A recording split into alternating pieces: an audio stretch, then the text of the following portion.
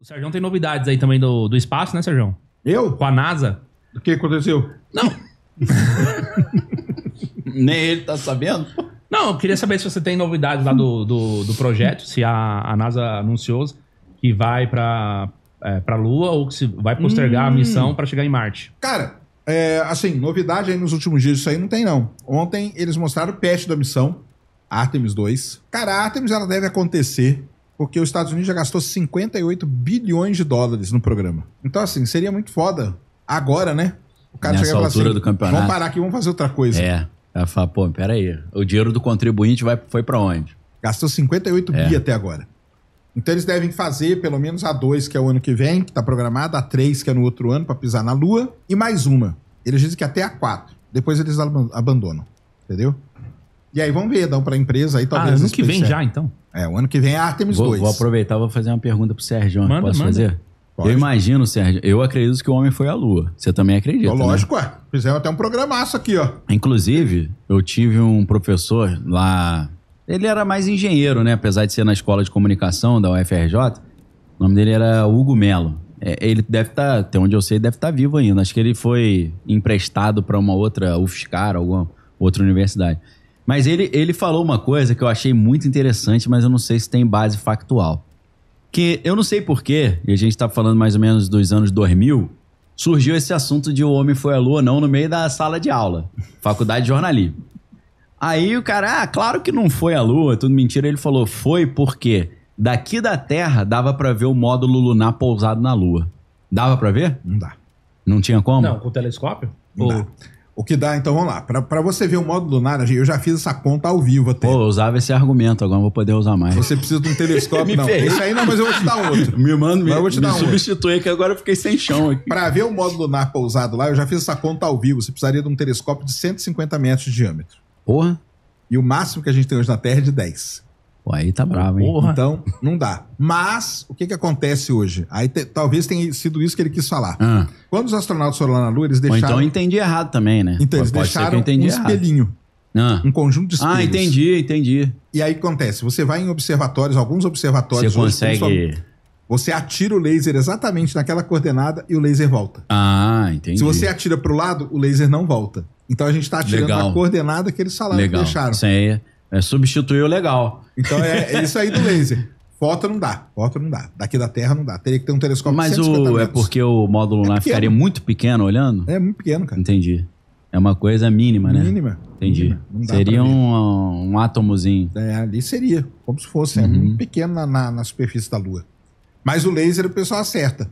Mas esse espelho é grande? Ele tem um diâmetro Ele é um grande? espelho, sei lá, cara. Do tamanho dessa mesa aqui, mais ou menos. E daí É o que não cara é um só, consegue mirar... tem uma série? Uma série espelhinhos. O cara mira mais ou menos... Ele sabe mais ou menos onde é que tá Não, ali, ele né? tem a coordenada exata Perfeito. da onde eles deixaram. Tá. Tanto que se você mira pro ladinho, Sei. o laser vai e não volta. Sim. Quando você mira no espelho, o laser vai e volta. Com a coordenada certinha. Com a coordenada né? certinha. Legal. Então essa aí é uma das maiores provas, cara, de que... E os caras calculam também a velocidade do laser de ida e volta pra saber se ele tá fazendo o trajeto Isso. inteiro e não voltando antes? Exato. Aí dá os 348 mil, 350 mil Entendi. quilômetros, Porque 400 mil, oscila, depende, né? Depende de onde que a Lua tá. É. E é assim que eles vão medindo e é assim que a gente sabe que a Lua se afasta da gente 3,8 centímetros por ano. Entendi. Então é tudo com essa medida aí. Então...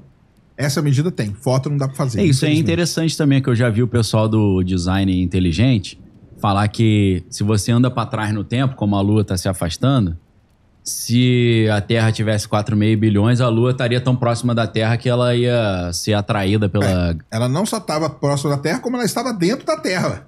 Entendi a ideia. Até o dia essa que bateu. Teoria que Exatamente. A teoria mais aceita é que a Lua saiu da Terra. Saiu da Terra. Foi Como um é que é essa teoria aí, Sérgio? Uma das grandes questões é como que a Lua se formou. De Tem onde que várias vem esse hipóteses. troço? A Lua pode ter sido capturada, ela pode ter sido formada junta, por exemplo, entendeu?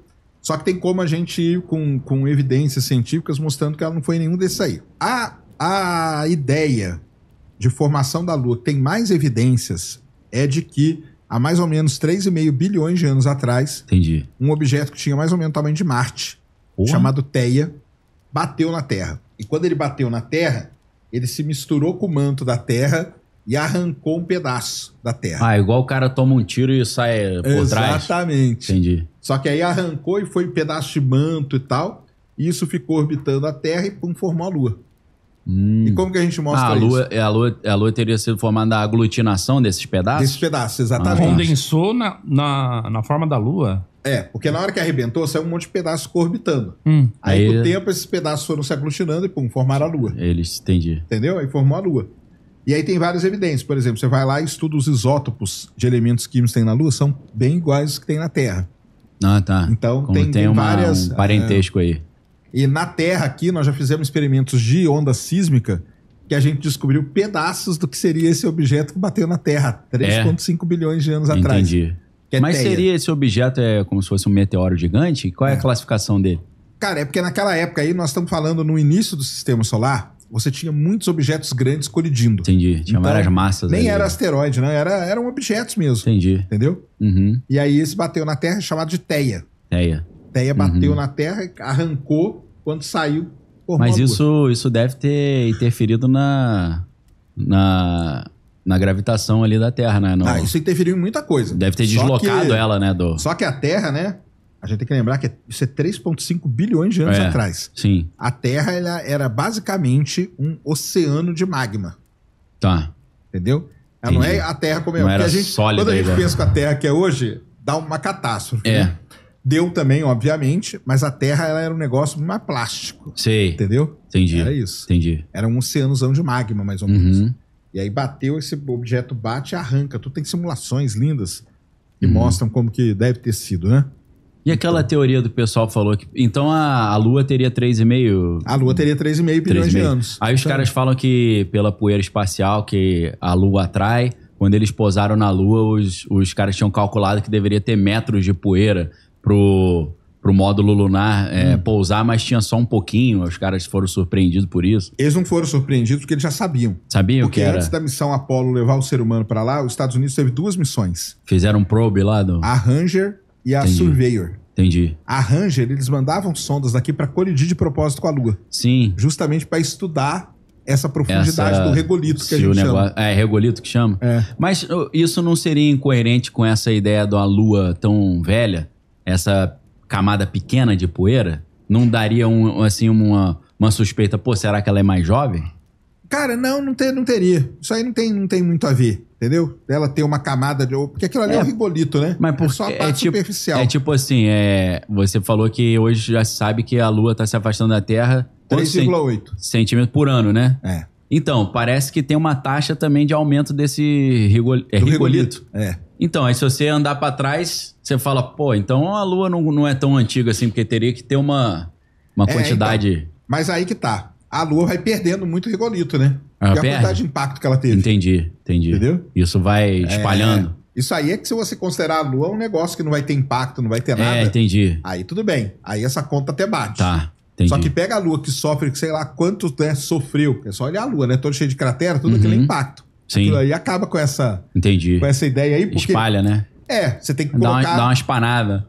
Você tem que colocar isso aí na conta, no cálculo, né? Na equação. Exatamente. E aquela... Não teve um satélite recente que eles chocaram na Lua? Deve ser no ano 2000? Que aí eles falaram que a Lua vibra igual um sino. Deu um eco, né? Aí deu aquela intenção que ela era oca. Né? Mas hoje é um consenso isso? Que a Lua é oca? Que ela... Não, a Lua não é oca, não.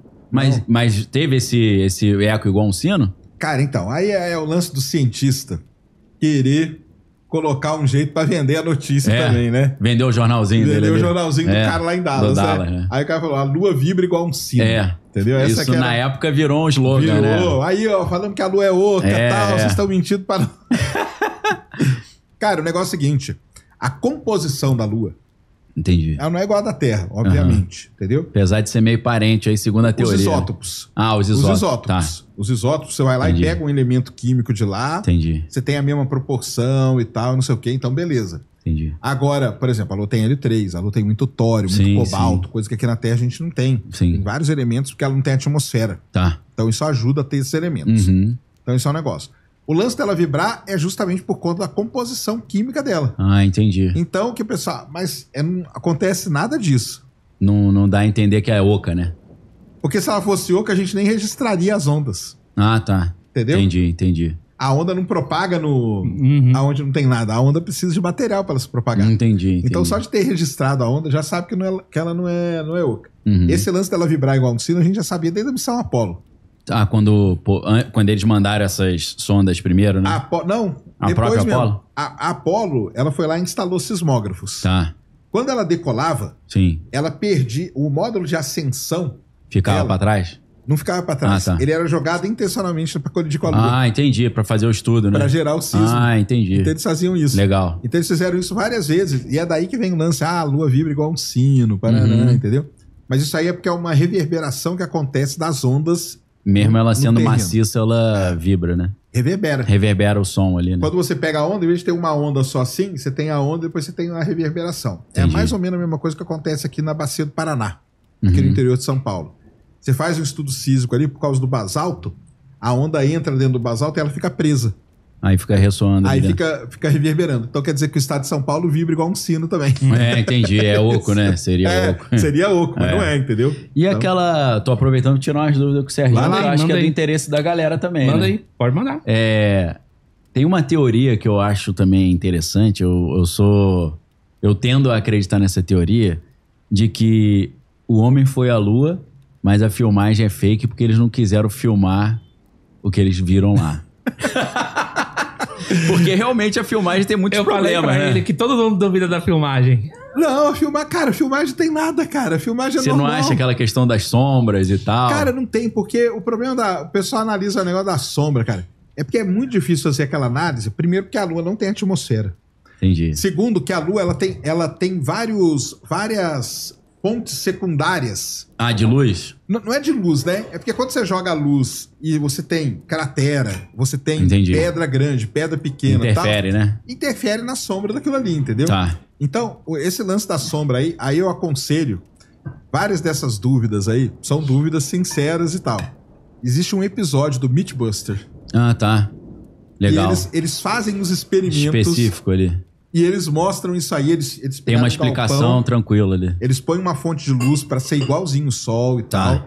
E aí eles vão colocando. Ó, coloca uma pedra aqui, coloca um negócio aqui. E aí você vê como que as sombras vão tudo se quebrando. Mesmo tendo uma fonte de luz única, né? Mesmo tendo uma fonte de luz Tá. única. Entendi, entendeu? interessante. Então tem toda essa parada aí. Uhum. Interessante isso aí. Isso aí tem o pessoal que fala das estrelas. Ah, cadê as estrelas na foto? Ah, sim. Muita gente Mas isso é fala. questão da fotografia mesmo. Então, isso aí não tem... Porque a máquina, ela já saiu daqui configurada, pra fotografar o quê? Você vai pra Lua, você quer fotografar o quê? A Lua, né? A Lua. É.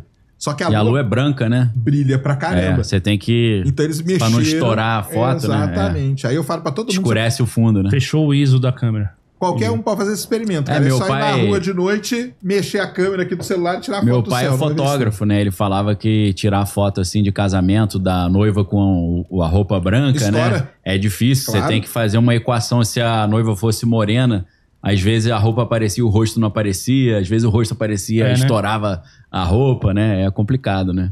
Você tem um elemento muito claro com o outro mais escuro, o fundo some, né? E por isso que eles mandaram. Mas tem foto de estrela na Lua. Nós mostramos aqui também, porque teve uma missão Apollo que ela mandou um telescópio.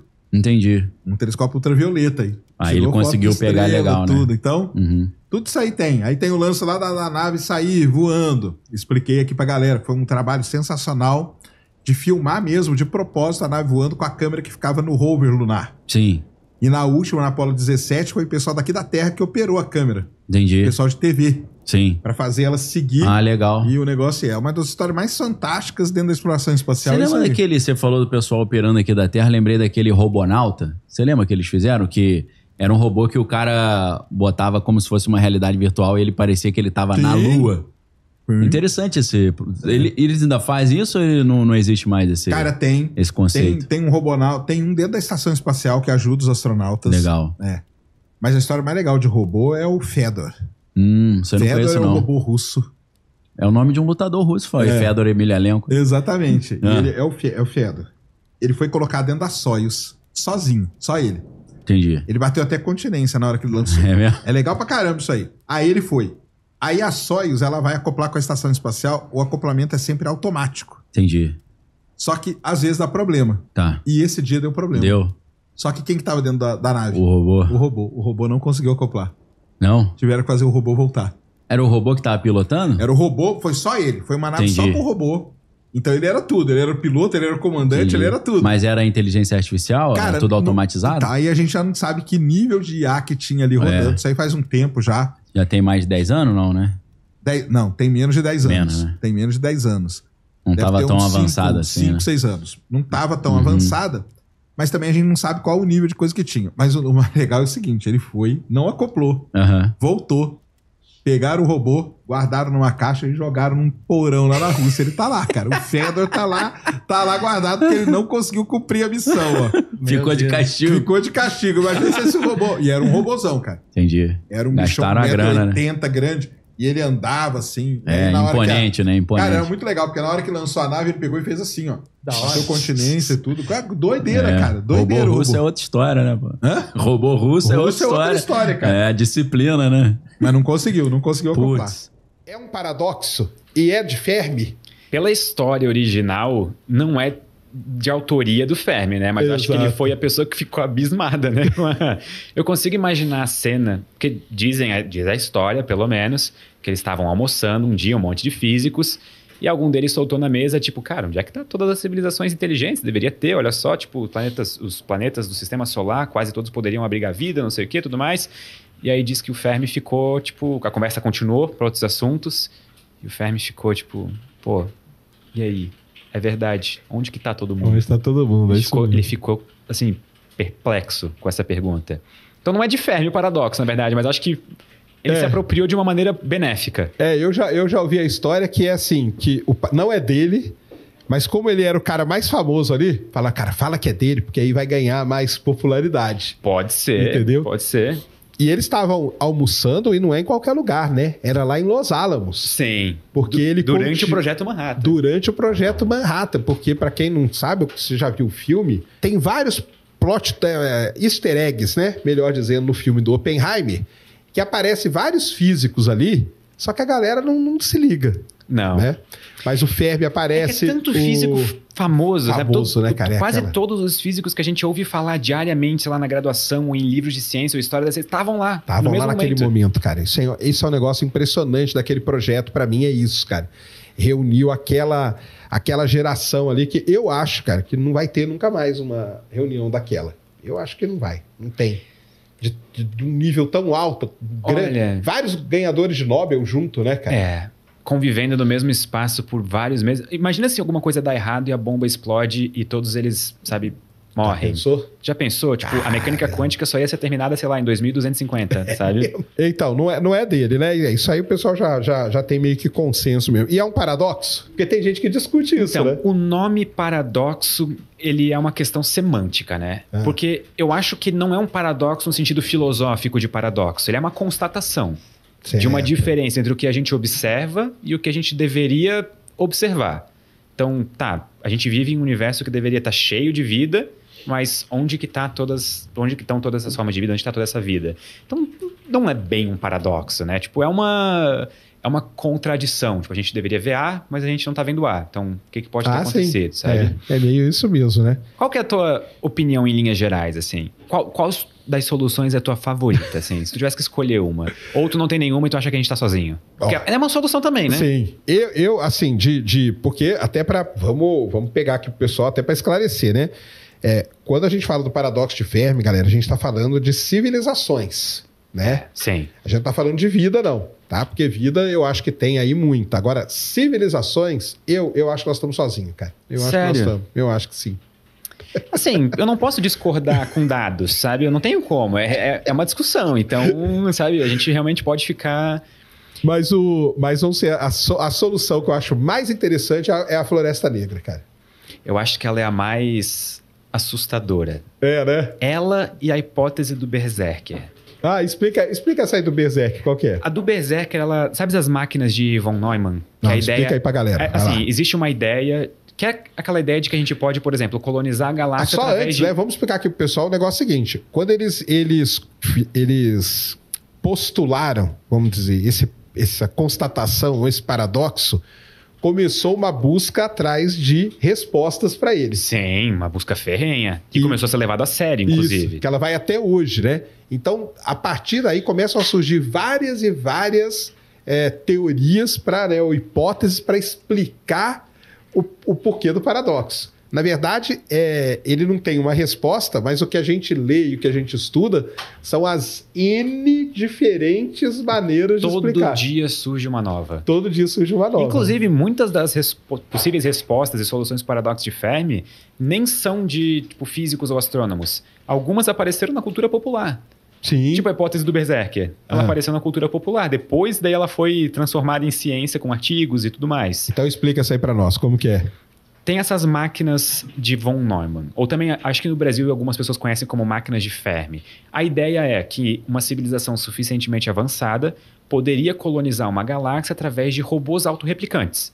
Então, um robô vai para um sistema estelar, ele consome recursos in loco, se multiplica, coloniza aquele sistema solar, envia novos robôs para outros sistemas solares. E esse processo ele é exponencial, ele é demorado no começo e rápido no final. Então a gente conseguiria, uma civilização suficientemente tecnológica, conseguiria, sei lá, colonizar a galáxia em 20 milhões de anos, 30 milhões de anos, o que é muito pouco tempo, mesmo em velocidades baixas, sabe? Só que daí qual que é o problema?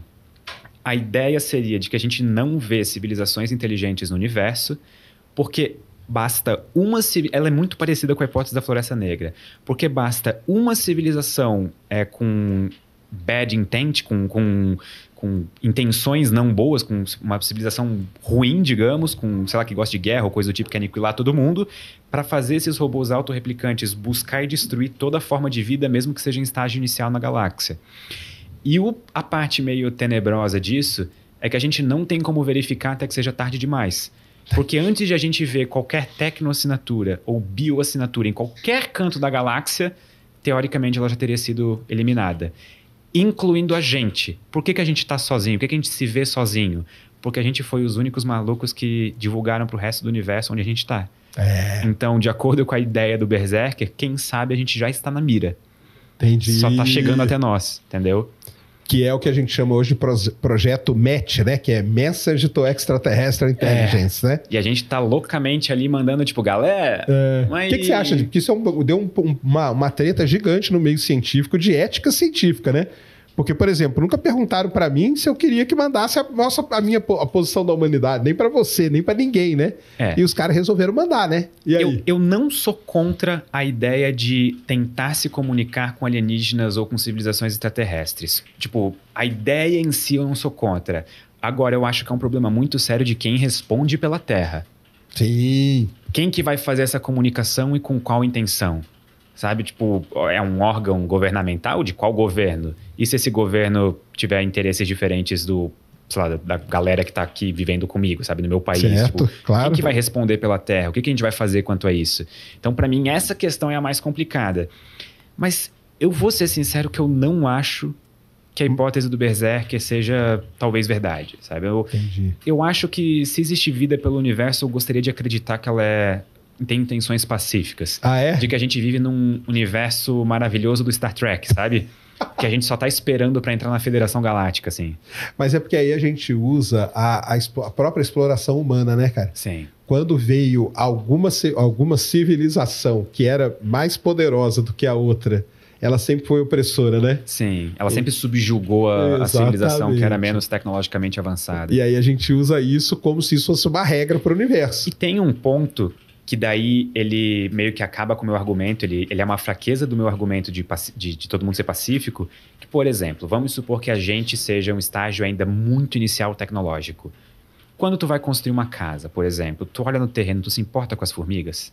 Não, né? Vai lá e amassa tudo. Mete a casa em cima, sabe? Da mesma maneira, e se a galera quisesse, sei lá, destruir a Terra para construir uma rodovia espacial, sabe? Um negócio assim, Exato, aí é passar por cima, né? Pode ser que a gente esteja tão inicialmente na árvore tecnológica que isso seja simplesmente... Eles não vejam a gente como vida inteligente que merece ser cuidada ou coisa do tipo. Caso exista outra civilização, algo assim, né? Mas essa do Berserk, você falou que ela nasceu na cultura pop, porque nasceu no quê? Nos filmes? Nasceu num filme que, se eu não me engano, eu não lembro exatamente o nome da trilogia.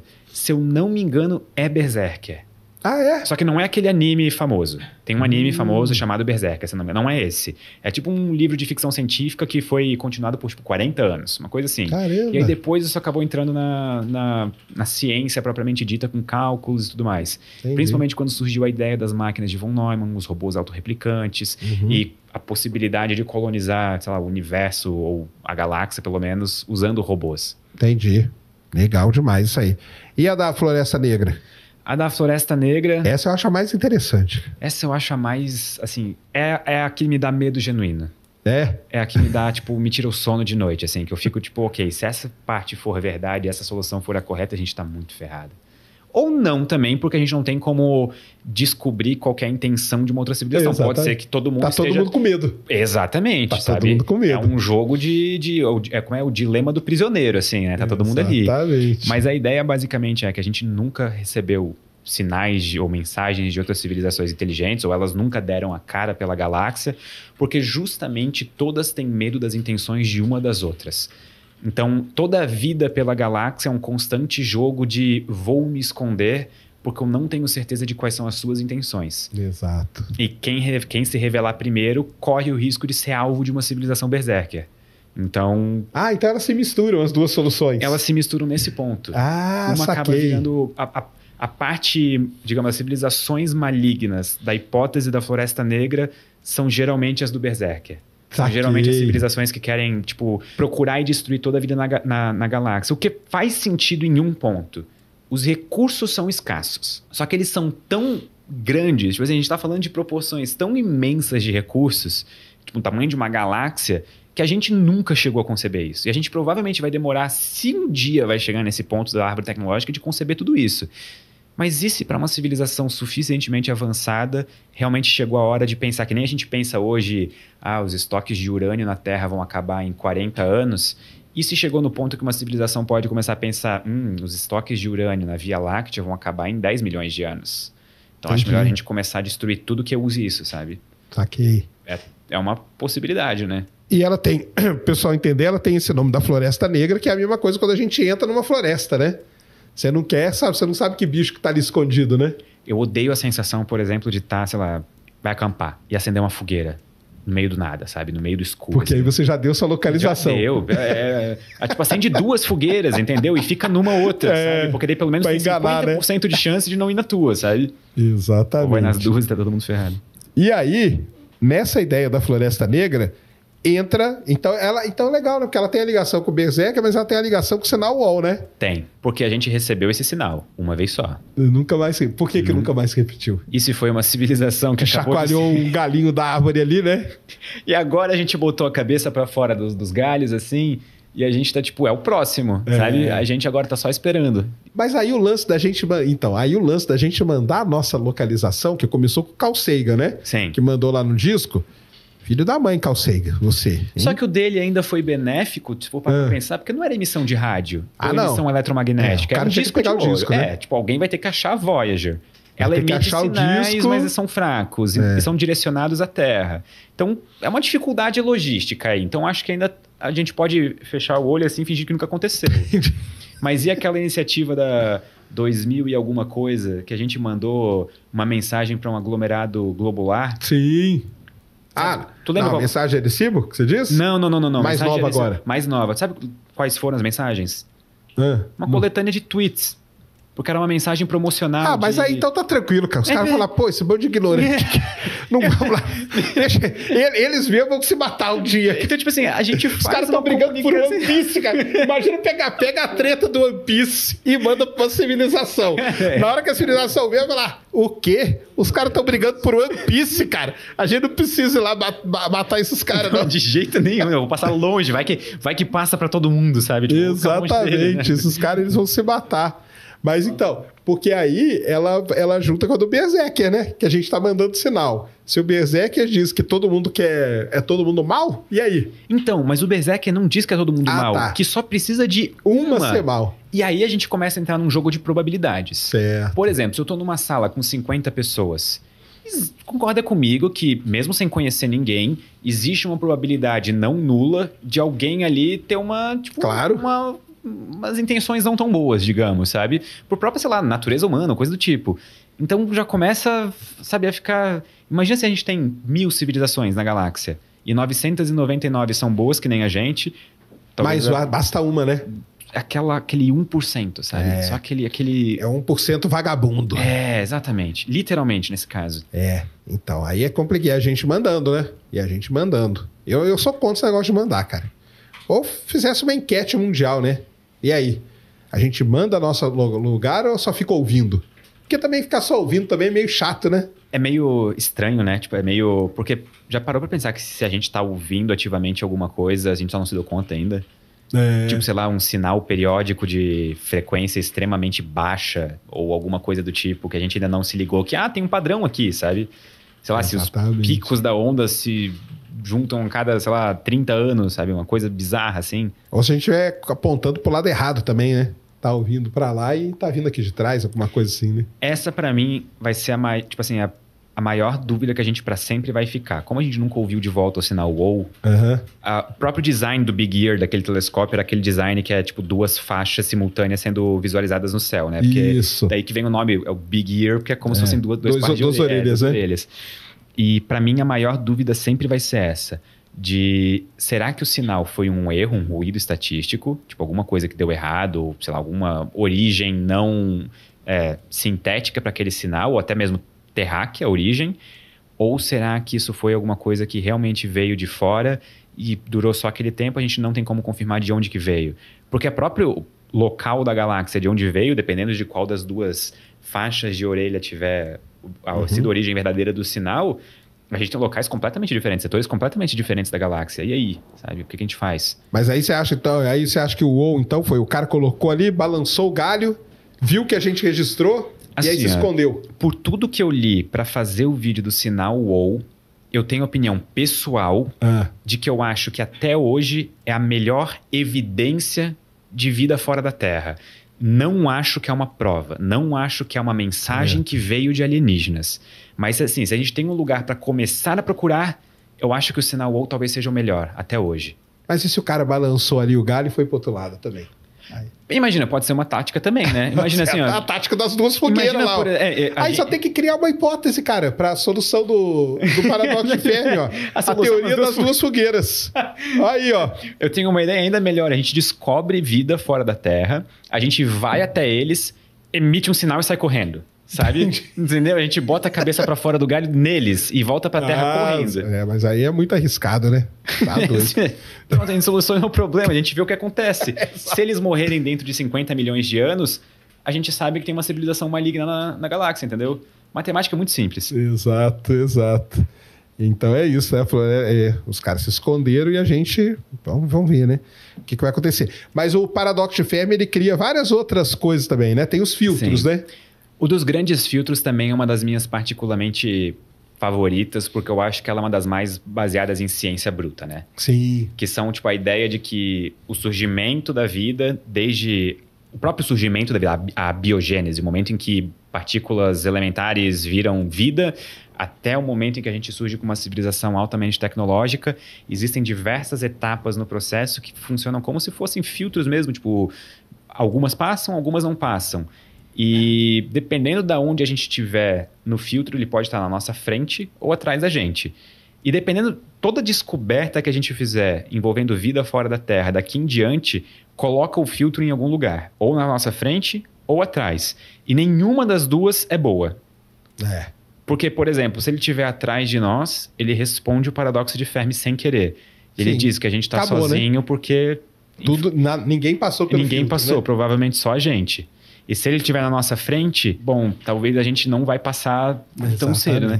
Porque imagina, é uma questão verdadeira. Tipo, imagina que toda civilização inteligente surge, desenvolve física quântica, cria bombas nucleares e se aniquila. Mas você sabe que isso o pessoal tem colocado na equação de Drake agora, né? Sim. Que é o fator de autodestruição. E tem que ter. Mas na original não tinha, né? Na Ele original não levou tinha longevidade só, né? Não tinha autodestruição. E aí o pessoal que começou a pensar no paradoxo de Fermi, criar essas coisas, falou, cara, mas tem aí a autodestruição. Aí os caras se criam guerra e tal e se autodestrói. Eu acho que o Michael Shermer, aquele filósofo, ele tem uma das melhores estimativas numéricas de qual que é o tempo médio de duração de uma civilização.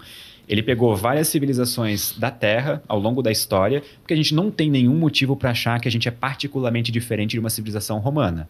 A gente tem tecnologia diferente e tudo mais, a expectativa de vida pode ter mudado, mas... o ser humano é a mesma coisa. Exato. E a organização de civilização continua praticamente a mesma, sabe? As estruturas por trás. E, se eu não me engano, a estimativa dele de duração era a média na Terra. Assim, o valor pode estar quebrado na minha cabeça, até se alguém quiser verificar depois aí nos comentários, eu mandar um superchat, mas era de cerca de 324 anos. Era uma coisa assim. Provavelmente o valor não está certo na minha cabeça agora, pode estar errado. Mas era uma coisa muito pequena. Se eu for parar para pensar na civilização moderna, a gente tá... Vamos botar o começo, sei lá, depois da Revolução Industrial. Final de 1700, começo de 1800, a gente tem mais uns 100 anos. Tu acha que a gente vai continuar sem explodir mais nenhuma bomba nuclear dentro de 100 anos? Tá aí, o risco aí tá correndo. O cara tá viajando com a maleta já. Eu ouvi uma vez o podcast Hardcore History, do Dan Carlin. Sim, muito bom. São muito bons, mas são muito longos assim também, né? Tem que ouvir com calma. E no podcast especial, que é uma edição Blitz, que é aquele podcast de 5 horinhas só, que é a versão curta do podcast dele, ele tem um comentário que eu achei muito legal, que é: a era nuclear, ela não acabou com o fim da Guerra Fria. Ela começou com o desenvolvimento da primeira bomba atômica e ela continua até agora. A ameaça de aniquilação mútua da civilização humana continua até os dias de hoje. Só que, por exemplo, eu sou de uma geração que eu não vivi isso na pele diariamente. Os meus pais viveram. Tu provavelmente viveu também. A minha mãe fala que quando ela era criança, ela via muito filme, TV e coisa assim. E o sonho dela era ter um bunker. Era, porque os filmes pós-apocalípticos eram muito famosos, né? O The Day After. Day After foi um filme, cara, quando eu vi assim, eu falei, caramba, cara, se for isso aí, nós estamos ferrados. Exato. A gente nunca vai passar por um negócio desse, sabe? Tipo, no sentido de, a gente não vai ter capacidade de vencer um negócio desse. Sim, com certeza. E tu confia o suficiente na humanidade hoje? Nem um pouco, Então. Eu não confio nem um pouco mesmo. Se eu tenho medo terrível, assim, que eu tenho, é esse aí mesmo. É da autodestruição por meio disso aí. Eu tô lendo um livro no momento chamado O Precipício. Ele não tem versão em português ainda, então em inglês é The Precipice. Ele é um livro sobre crise e risco existencial. Crise existencial literalmente no sentido de coisas que ameaçam a nossa existência. E o autor se propõe, na duração do livro, avaliar analiticamente, cientificamente, o que pode colocar a nossa existência em risco? Qual que é a probabilidade disso acontecer? E isso é um campo de estudo relativamente novo. Porque não era levado muito a sério pelas pessoas. Tipo, por que eu vou estudar motivos de a gente, sabe, acabar podendo... É isso que eu falei, né? Quando o Drake... Depois a gente fala da equação de Drake, pessoal. Mas quando o Drake bolou a equação dele, ele não colocou esse fator. E aí, com o avanço, o pessoal falou, calma aí, porque tem um negocinho aqui que você não tá levando em consideração. E esse autor coloca a chance de extinção humana nos próximos 100 anos em 1/6. Caramba! É alto demais pra mim. É alto pra caramba. Não tô confortável com esse valor, sabe? É muito grande. Então, roda aí 6 civilizações, uma delas não vai passar, sabe? Então, a gente talvez tenha uma resposta do filtro. Esse seria um grande filtro, né? Esse seria um grande filtro. E pode ser, na verdade, que esse seja o primeiro dos grandes filtros tecnológicos. Porque a gente tem inteligências artificiais gerais vindo aí. Alguns autores, tipo Nick Bostrom, por exemplo, eles afirmam que isso pode ser o fim da humanidade, pelo menos como a gente conhece. Outras pessoas que pode ser um recomeço. Que talvez a gente, tipo, como seres humanos de carne e osso, fique para trás e a gente gere nossos sucessores, digamos. Aquele negócio de meio que Deus ex machina, sabe? Sim, sim. Que é um negócio... também é um outro... Mas eu tenho mais medo de bombas nucleares do que de inteligência bomba nuclear, bomba nuclear vai ser um fim trágico demais, né, cara? Tá louco, tá doido. Mas é porque são vários filtros, né? Em cada etapa da vida vai tendo filtros, né? Só entre o espaço de a vida surgir com a biogênese até o espaço de surgir uma civilização tecnologicamente avançada, são 9 filtros. 9, que é aquela lista que o cara fez, né? São 9. E assim, cada autor bota os filtros onde ele quiser também, né? Porque exatamente. É um campo de estudo em ascensão, em desenvolvimento. Então, tem um filtro que vai da biogênese ou de moléculas essenciais para a vida para o mundo de RNA, depois que vai para unicelular, multicelular, e assim vai. Continua a reprodução, propagação, né, da espécie, e vai indo, né? E por isso que em 2000 Quando que foi o ano que Lembra daquele meteorito marciano que acharam na Antártida? Pô, que... 1996. 96, que tinha o ALN supostos... 84001. Que era um micróbiozinho, que o Fantástico mostrou também. O Fantástico mostrou na televisão. Aliás, esse meteorito ele é muito importante para a volta da exploração marciana, sabia, né? Por quê? A exploração marciana, a gente foi Projeto Marine e Projeto Viking. Uhum. Depois do Projeto Viking, a gente não achou vida nem nada, ficou parada a exploração de Marte. Aí ela foi voltar em 97. Aí mandaram sonda, as sondas se perderam e tudo, e ela foi voltar em 97, graças a esse meteorito. Porque ele viu aquelas estruturas ali, ficou aquela dúvida. Pô, será que aquilo ali é vida ou não é? Bem, cara, tá na hora da gente voltar lá. E aí voltou a exploração marciana por causa daquele meteorito. E o chato é que é totalmente inconclusivo, né? Tipo assim, não tem como tomar conclusões com base nesse meteorito, né? Tipo, ele tipo, nem pra sim, nem pra não. Ele é simplesmente, não dá pra fazer, tipo, dados com isso aqui. Não tem, é isso mesmo. E aí, por isso que resolveram voltar a explorar Marte. Aí começou os rovers e tal, que é essa era que a gente vive hoje.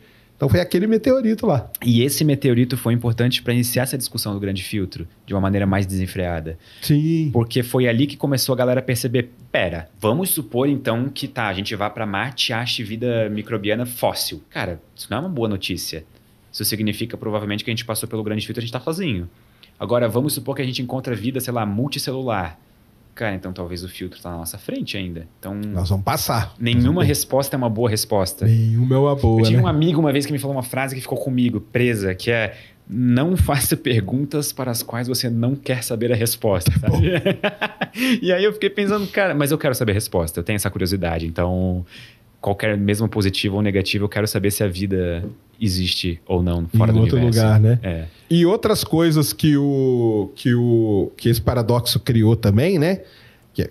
A gente pode dizer que é desmembramentos, né? Sim. Porque aí nesses estudos aí das civilizações e tal, surge o cara lá na Rússia, o Kardashev, né? Que é um negócio legal pra caramba aquilo lá das civilizações também, né? A sacada dele em 1960 e alguma coisa, de categorizar civilizações com base no uso de energia, e dividir em 3 tipos ainda, né?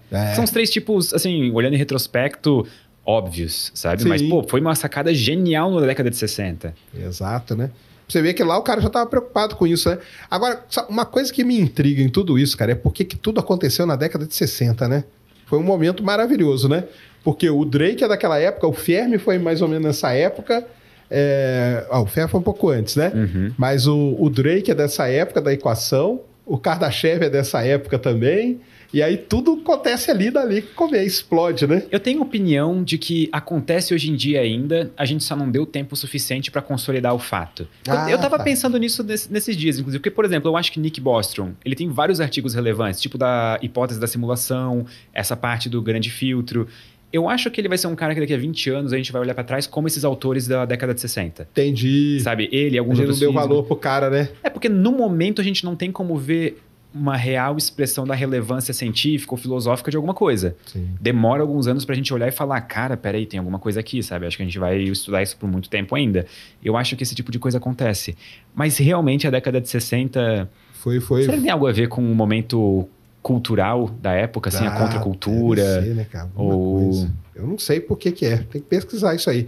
Porque então, um dos desmembramentos, é o Kardashev, né? Sim. Que é com as civilizações lá, que é explorar a energia do planeta, depois do Sol, e depois da estrela, depois da galáxia, né? Uhum. Você fez um vídeo disso aí também, né? Fiz um vídeo que disso é legal também. pra caramba, diga-se de passagem, que é sensacional. E você acha que a gente vai chegar em qual nível? Olha, eu sou um otimista por natureza. Então eu acho que a gente chega pelo menos no 2. No 2? Pelo menos no 2. Caramba! Eu sou muito otimista por natureza. Eu preciso deixar isso claro sempre que eu falo sobre essas coisas, que eu sou muito otimista. Então, a minha opinião não é a da maioria nesse caso, sabe? Mas a gente tá em qual? Tem umas... 0784, né? É um número que é 07. 07, mais ou menos. Só que a gente pode pular... Assim, a gente vai dar um pulo muito grotesco de 07 para 1 se a gente conseguir fazer fusão nuclear a frio, né? Sim. Porque daí, instantaneamente, a capacidade energética da humanidade dá um salto, assim, que a gente nunca antes na história viu, né?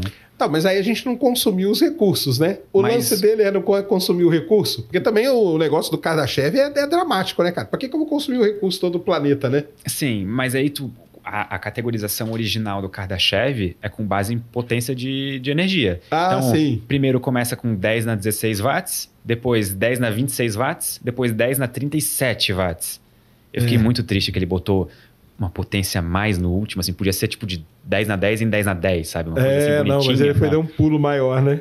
Então, para ele, tudo que importa é energia. E aí tem uma coisa peculiar que eu lembro, assim, na época da pandemia, que estava todo mundo muito tempo em casa e algumas discussões surgiam, tipo, tinha discussão do gasto energético com Bitcoin. Sim. E aí eu tive um pensamento interno que eu não verbalizei ele, mas eu acho que, por exemplo, quando a gente fala em escala de Kardashev, não importa o uso da energia. Então, o que importa é usar a energia.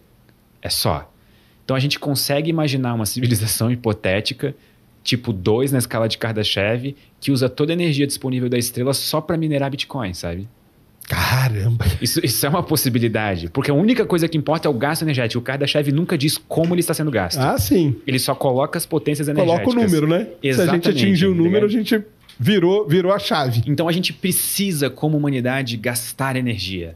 Se a gente quer avançar na escala de Kardashev. Sim. Porque se tu for parar para pensar, uma coisa leva a outra. Então, se a gente está gastando energia para manter funções humanas, significa que a gente está tirando e extraindo essa energia de algum outro lugar. E outro ponto do grande filtro, escassez de recursos. Sim. Por exemplo, nossas reservas de urânio, mais uns 60, 70 anos, com sorte, assim, se a gente não descobrir novas maneiras de fazer energia de uma maneira densa... Mas aí eu sou o advogado do Hélio 3, cara, na Lua. Pegar o Hélio 3 lá para fazer a fusão nuclear aqui. E tu acha que... Ah, tá. Isso que eu ia perguntar. Tu acha, então, tipo assim, que a gente usar o Hélio 3 para fusão nuclear aqui, lá, ou só, tipo assim...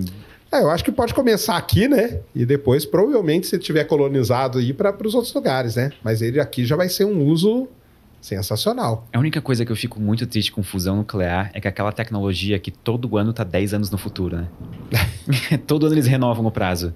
Infelizmente. É igual o supercondutor lá, né? Que a cada 2 anos aparece um novo. Um novo aí e não dá certo. Ou é igual até então o lançamento do James Webb, né? Que todo ano é ano que vem. Agora felizmente, ele tá no...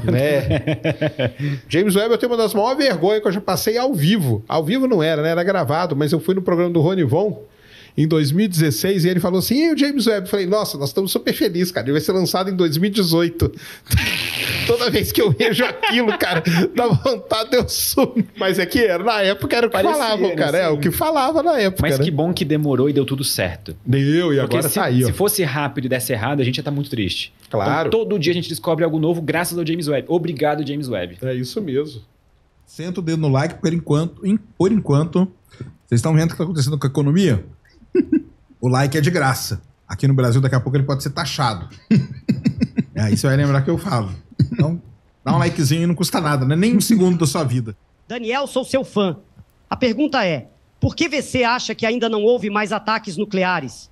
Acha que tem intervenção da Aliança Galáctica? Já ouviu falar sobre? Grande abraço. Caralho, Aliança Galáctica. Isso aí vai entrar no assunto de ufologia, né? De OVNIs e tal, alienígena. O Tinkerbell? Cara, o Tinker... Cara, é o dono da Tinkerbell, mano. Tá. Que é o comandante Astar. Tá. Astar Cheran. Tá. O nome bonito, né? Apesar de que na Bíblia tem Astarote, né? Ou Azera, né? E aí Isso é um demônio. Era uma divindade que era inimiga do povo de Deus, né? Então, quando o cara que é cristão ou guarda a Bíblia escuta Astar, ele dá um calafriozinho. Entendi. Você fala, acho que esse cara não é pentecostal, não. Então, na Bíblia, Astarote, ou Astarte, era a esposa de Baal, né? Baal, inclusive, significa marido em hebraico. Quando você tá falando hebraico, você fala, meu marido, você fala Baal, né? Então, só pra galera entender. Porque se ele era Baal marido, ele é marido de quem? De Astarote. Então, na ufologia, tem uma figura chamada Astar Cheran. E Astar Cheran é um cara, seria um alienígena nórdico, que é um louro altão. E ele é o comandante da Confederação Galáctica. E a Confederação Galáctica tem qual finalidade? A finalidade é proteger, se eu não me desculpe os ufólogos se eu falar errado, mas eles têm a ideia de proteger como se fosse um arcanjo Miguel, mas até onde eu sei, eles estão esperando uma autorização para entrar na nosso sistema solar. Precisa de um sinal verde para eles poderem vir aqui e ajudar a humanidade para passar para a próxima fase evolutiva, Vem logo. Segundo essa galera. Mas com esse nome aí parece ser uma coisa ruim, né? Mas vai lá, continua. Então. Aí vem, a Bíblia fala, não vos admireis que o próprio Satanás pode se transfigurar em anjo de luz, né? Aí esse maluco está fingindo que é do bem, mas na verdade é do mal, né? Porque é todo branquinho, lourinho e tal, né? Esse cara tá todo bonitinho, tá meio, como é que é? O Crepúsculo, né? Aqueles vampiros do Crepúsculo lá. Brilhando no sol. Edward Cullen. Então, a grande questão é que apesar da Confederação Galáctica ou da Aliança Galáctica estar lá fora, eles dizem que às vezes vem uns aqui para evitar a humanidade se destruir uma guerra nuclear. Cara, tem relatos altamente documentados de militares americanos que trabalhavam em bases nucleares que do nada o lançamento do míssil armava e todo mundo, cara, quem armou isso aí? Desliga. Aí aparecia uma nave e desarmava a parada e ia embora. Então, eu acho que é a isso que ele se refere, que em muitas situações, dentro da ufologia, mas existem casos documentados interessantes disso, de que naves alienígenas ou luzes estranhas apareciam sobre bases militares onde havia bombas nucleares e muitas vezes eles impediram que o mundo fosse destruído por uma guerra nuclear. Entendi. Então é como se essa Confederação Galáctica estivesse nos protegendo. Ficar esperto no que está acontecendo lá no Irã. Talvez seja um bom lugar para ou não, para tu ver se vai aparecer. Vamos ver. Mas é melhor não ir não. Existe essa ideia que quando essa bagaça aí começar a azedar mesmo, os OVNIs vão começar a aparecer. Eu não estou falando de ufologia exatamente. Pessoas que foram envolvidas no Pentágono estão falando isso. Como o Lou Elizondo, por exemplo, é um cara que foi cabeça lá do ATIP. Tô ligado nesse que foi um instituto lá que o Pentágono criou para pesquisar essas coisas. Ele fala, eles estão chegando e quando tiver o caos eles vão aparecer. É muita maluquice, mas é um cara do Pentágono, né? Ex-diretor de um projeto do Pentágono falando. Não é o cidadão ali do teoriaconspiração.com, sei lá. Estamos dentro ou não de um buraco negro, Sérgio? O negócio do nascimento do universo, né, é uma coisa que tem várias teorias para explicar. A teoria que mais tem evidências científicas é a tal teoria do Big Bang, tá? É radiação cósmica de fundo, galáxias, expansão, elementos químicos e tudo mais. Mas não é só essa. Existem outras, algumas. Por exemplo, a que a gente vive numa simulação, é uma teoria que o cara tá querendo comprovar esse ano aí. A teoria que o universo nunca teve um nascimento, nenhuma morte, o Big Bounce, que é do Roger Penrose, o universo cíclico, que a gente chama. Do Penrose. É o universo cíclico e tal. E uma de todas essas teorias aí, uma delas é que, na verdade, a gente está dentro de um buraco negro. Faz sentido? Faz todo sentido. Por quê? O universo nasceu de uma singularidade.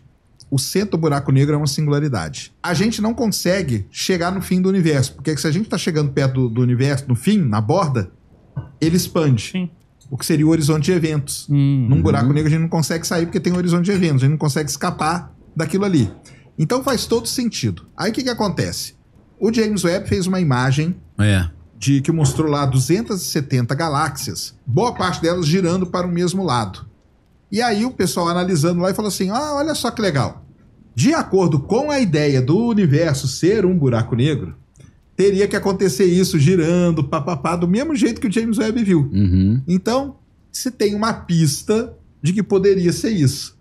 Só que é dito aí, vamos falar lá, é dito em todos os artigos sobre isso, cara. Beleza, pode ser até um indício, pode até começar uma pesquisa aí e tal. Só que o que você vai ter que fazer agora? Ir atrás de muito mais resultado, porque foram 270 galáxias só. Então você tem que ir atrás de milhões, tem que ter uma base estatística muito grande. Essa 270, acho que deu 60% para um lado, 40% para o outro, entendeu? Entendi. Ainda tem mais para um lado, que é o que eles mostram que seria um buraco negro, mas não é tanto a mais. Então teria que expandir essa pesquisa. Mas, então, não sabemos ainda, cara. Se a gente tiver um buraco negro, for uma simulação também, cara, não vai fazer diferença nenhuma na nossa vida. Se isso aqui for uma simulação, que diferença faz? Mas você, individualmente, assim, você acha qual teoria mais... Cara, não, eu acho que a do Big Bang é que tem mais evidência, né? Pra você, essa aí serve bem, né? Serve bem. Serve bem. Ela tá de acordo com toda a teoria da relatividade. As outras tem que fazer uma manobra ali matemática. Aquela imagem que o Elon Musk tá usando no Grok, Aquilo ali é o buraco negro. É a foto do buraco negro. Mas é o buraco negro esse mais próximo que a gente tem aqui? Cara, não, é... Ou é uma foto genérica? É uma foto... Aquele lá que ele usa é a melhor simulação de um buraco negro. A nossa galáxia tem um buraco negro no centro? Sagitários é a estrela. Entendi. 4,5 milhões de vezes a massa do Sol. Uhum. Mas ela não tá sugando as outras... Cara, buraco negro não é um ralo. Isso é uma não coisa tá boa puxando, da gente não. falar. O buraco negro não puxa absolutamente nada. Ele Agora só puxa... Mas a luz, né? Quando passa, ela dobra, né? Você só acontece qualquer coisa se você atravessar o horizonte de eventos, cara. Ah, tá. Entendi. Não atravessou, porque você senão tá aqui do lado. o universo seria inviável, né? Ia chupar tudo, né? Exatamente. Sim. Então o buraco negro não é um ralo. Você só não pode se aproximar muito, né? Só não pode chegar no horizonte de eventos. Chegou no horizonte de eventos, não tem mais volta. Aí é singularidade total. Não... Agora, orbitar o horizonte de eventos, que é interestelar, os planetinhos ali, pode existir numa boa. Entendi. O filme Interestelar. Eles nunca vão ser sugados pelo buraco negro. Uhum. Mas ele é negro porque a luz é sugada, é isso? Ele a gente chama ele de buraco negro porque a velocidade de escape dele seria maior que a velocidade da luz. Então nem a luz consegue escapar dele. Entendi. Essa que é... E como que surge essa questão? Como que surge o buraco negro? Como que surge? Buraco negro ele surge o seguinte, cara. Quando você tem uma estrela que tem 8 vezes a massa do Sol... Ela implode, né? Ela implode como uma supernova. Ela cria uma supernova. É uma grande explosão que tem no universo. Só que quando explode a supernova, sobra um caroço ainda da estrela. Um núcleo. Miolinho ali. Um miolinho. Se esse miolinho ele tiver mais que 3 vezes a massa do Sol, ela colapsa e vira um buraco negro. Ela não aguenta a própria gravidade. Então é assim que surge um buraco negro. Entendi. E aí surge um aqui e outro aqui. Aí vai acontecendo coisas no universo, uma galáxia colidindo com a outra tal, esses buracos negros colidem. Quando eles colidem, eles formam um maior. Esse outro maior colide com outro maior e forma um maior. E aí vai crescendo até chegar nesses grandes que a gente tem por aí. E tem muitos de massa estelar também. Então é assim que forma um buraco negro. Coisa de milhões e milhões de anos. Milhões, bilhões talvez. Bilhões. Aquela teoria do John Wheeler lá do wormhole, lá do buraco de minhoca, o buraco negro poderia ter uma passagem também, uma saída? Na verdade, a teoria até antes dele, né? Do Einstein-Rosen, que a gente chama. Sim, a ponte de Einstein-Rosen, sim. Que é isso aí, é a ligação entre o buraco negro, né, e a outra boca dele. Sim. Isso aí é aquele negócio que a gente fala. Teoricamente, tá tudo bonitinho. Nas equações funciona, né? Agora a gente tem que descobrir. Entendi. E aí a gente não descobriu ainda. Pode ser que a gente descubra. Então, mas faz todo sentido. Entendi. Teoricamente, tá perfeito. Em tese, né? Essa tá bonitinho. E o negócio da teoria das cordas pra pensar nas dimensões agora já tá meio caindo, né? Galera já... Cara, então, qual que é o problema? O grande problema de uma teoria. Quando você propõe uma teoria e vão passando os anos, você não consegue ter uma comprovação experimental dela. Sim. O pessoal começa a desconfiar muito daquela teoria. A teoria das cordas, ela foi, na verdade, um arcabouço que foi criado para tentar explicar a teoria de tudo, que é a teoria da unificação. Sim. A gente quer unificar a quântica com a relatividade. Sim, ou as coisas grandes com as coisas pequenininhas. A gente não consegue. Não dá. Não bate, né? Não bate. Qual que é a grande chance disso aí? Quando você olha as duas coisas, é para bater. Sim. Porque é muito parecido. As equações de um lado e do outro são muito parecidas. Aquilo ali é para bater. Sim. Só que você não consegue achar um elo o link. que liga essas duas coisas. E aí tentaram várias coisas e tal, até que falou, nós vamos criar uma nova teoria. Aí criaram a teoria de cordas. Sim. A teoria das cordas, ela foi um arcabouço teórico criado para tentar ligar a quântica com a relatividade. Sim, entendi. Aí uma partícula não é mais uma coisa pontual. Ela começa a ser uma corda, como se fosse uma cordinha de filamento de energia, né? Isso. E aí quando você toca aquilo ali, bate naquilo ali, a vibração dela... gera um tipo de átomo ou outro, né? Isso, e dá para você acessar essas dimensões e coisa e tal. E aí quando você equaciona tudo isso, um monte de coisa sai eliminando um lado do outro e tal, vira uma loucura. Os caras começam com 29 dimensões, chegam a 11 hoje, eu acho que as melhores equações estão. E tem pontos ali que poderiam ligar a quântica com a... resolver esse problema. Com a relatividade. Então, só que é uma teoria que foi proposta e até agora não teve nada experimental. E aí ela começa a perder força. Isso é meio normal nas teorias. O Einstein propõe a relatividade em 1915... Em 1919 tem o eclipse que comprova. Então ganha força, né? Ganha força pra caramba. E depois foi passando em vários testes e comprovando. E foi aqui no Brasil esse eclipse? Foi Sobral, aqui, né? Sobral, no Ceará. E foi passando por vários e vários testes sendo comprovada. Entendi. Certo? Agora, tem teorias que não passam, entendeu? Aí, a cordas, o pessoal tenta de todas as maneiras, lá no LHC, e olhando coisa e tal. Aí, cara, é uma teoria que já vai ter, sei lá, talvez 20 anos ou mais. Aí ela vai perdendo força, cara. É assim que acontece. Pode ser que agora... Eu acho muito legal a teoria de cordas. Eu leio muito um autor que é o Brian Greene, que é um dos caras que mais entende de teoria de cordas. Tem 4 livros sensacionais. Os maiores divulgadores, né? É, um grande divulgador científico também. Só que, então, hoje a discussão que tem no mundo aí da física é essa. A teoria de cordas morreu ou não? É. O pessoal tá aí se batendo. Sim. Aí tem congresso aí que a galera falta sair do tapa. Entendeu? Sai uma briga boa, né? Sai briga boa. Ah, ela tá morrendo ou não? É isso, cara. Uma teoria, é bom que ela tenha alguma coisa experimental. Sim. Ou, não dela inteira, ou pelo menos de alguma parte dela. Entendeu? Que surja alguma coisa experimental. Tem uma proposta do... ia falar Harvey Weinstein. Harvey Weinstein não, que é o maluquinho que tá preso lá, que era o abusador, né? É o Eric Weinstein. Ele fez doutorado em Harvard, né? Mas ele diz que ele foi excluído da patotinha da teoria das cordas, porque ele era contra, né? Então esse negócio que a gente falou da ciência também, ter os seus grupinhos, né? Cara, é só patota. Ele é cheio de amargura com esses caras. Pô, os caras me expulsaram da universidade só porque eu não concordava. Ele acha que a galera da teoria das cordas, principalmente o Eric Witten e o pai dele, que é o Lewis Witten, e o Bryce DeWitt e a Cecily DeWitt, na verdade, a teoria das cordas, por tratar da gravitação quântica, eles, na verdade, eles estavam desenvolvendo a teoria das cordas para poder desenvolver as aeronaves exóticas lá da Lockheed Martin Skunk Works. Pode ser. É tipo assim, tem uma aplicação, mas eu não posso falar porque o projeto porque tá secreto. Entendeu? Mas aí a pesquisa seria só uma fachada para aplicação na engenharia da aviação. Mas aí é um negócio que é o seguinte, cara. É aquilo lá que eu falei de cientista, cara. Entendeu? Os caras estão se matando lá, cara. Se tivesse qualquer coisa, talvez eles não mostrassem o tudo. Mas ia sair alguma coisinha, Alguma coisa ia sair, cara. Sim. Alguma coisa ia sair. Sim. Mas os caras, eles veem a aplicação militar na teoria das cordas muito, muito forte. Porque eles dizem que, às vezes, muitos desses físicos de alto nível no mundo trabalham secretamente no meio militar. E o trabalho dele, às vezes, acadêmico, é um disfarce pro trabalho militar. Pode ser. Aí o cara, esse trabalho não vai sair nada, não? Ele, não, ano que vem, mas na verdade tá saindo um monte de coisa ali atrás, né? Mas pode Rola ser. Rola essa suspeita, né? Essa parada aí tem mesmo. Com certeza. Qual que é a questão mais perturbadora? Tem várias. Uma é como que o universo surgiu, né? O início do universo, como que foi? Será que foi o Big Bang mesmo? Será que o universo já existia? Será que o universo ele nunca existiu? Ele sempre existiu e está diminuindo e aumentando de tamanho? Então essa questão aí do início do universo é uma questão que tem a teoria atual mais aceita, vamos dizer assim, de acordo com a ciência, ainda é a do Big Bang. Só que ela deu uma mudada recentemente. Não. Eu tô louco. Não. Mas não teve uma questão em relação à estimativa da idade inicial? Não, mas isso aí vem mudando desde que se descobriu, né? Ou se teve a ideia de que o universo pode ter começado do jeito que a gente pensa pelo Big Bang. O universo já chegou a ter 18 bilhões de anos. E já chegou a ter 11. E hoje a medida mais, vamos dizer assim, válida é 13,77. Tá. Mas isso pode mudar, entendeu? Isso aí depende da tecnologia que você tem na época, do alcance que você tem da tecnologia, de telescópios e tudo. Então isso aí vai alterando de acordo com que as coisas vão evoluindo. Eles estimam isso com base em observação de telescópios, etc. Eles estimam isso com base em observação de galáxias, né? As galáxias.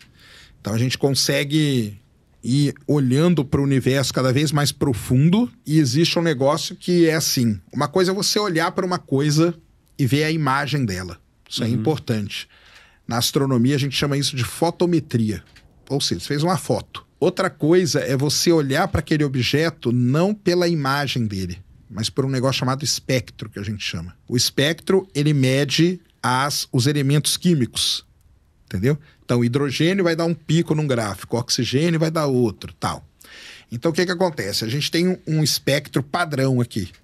A linha do hidrogênio tem que estar num ponto, a linha do oxigênio numa, do carbono numa e tal. Quando a gente olha para uma galáxia que está muito longe, por conta da expansão do universo, que a gente chama, o universo está expandindo, aquela galáxia ela está acelerando, se afastando de nós cada vez mais rápido.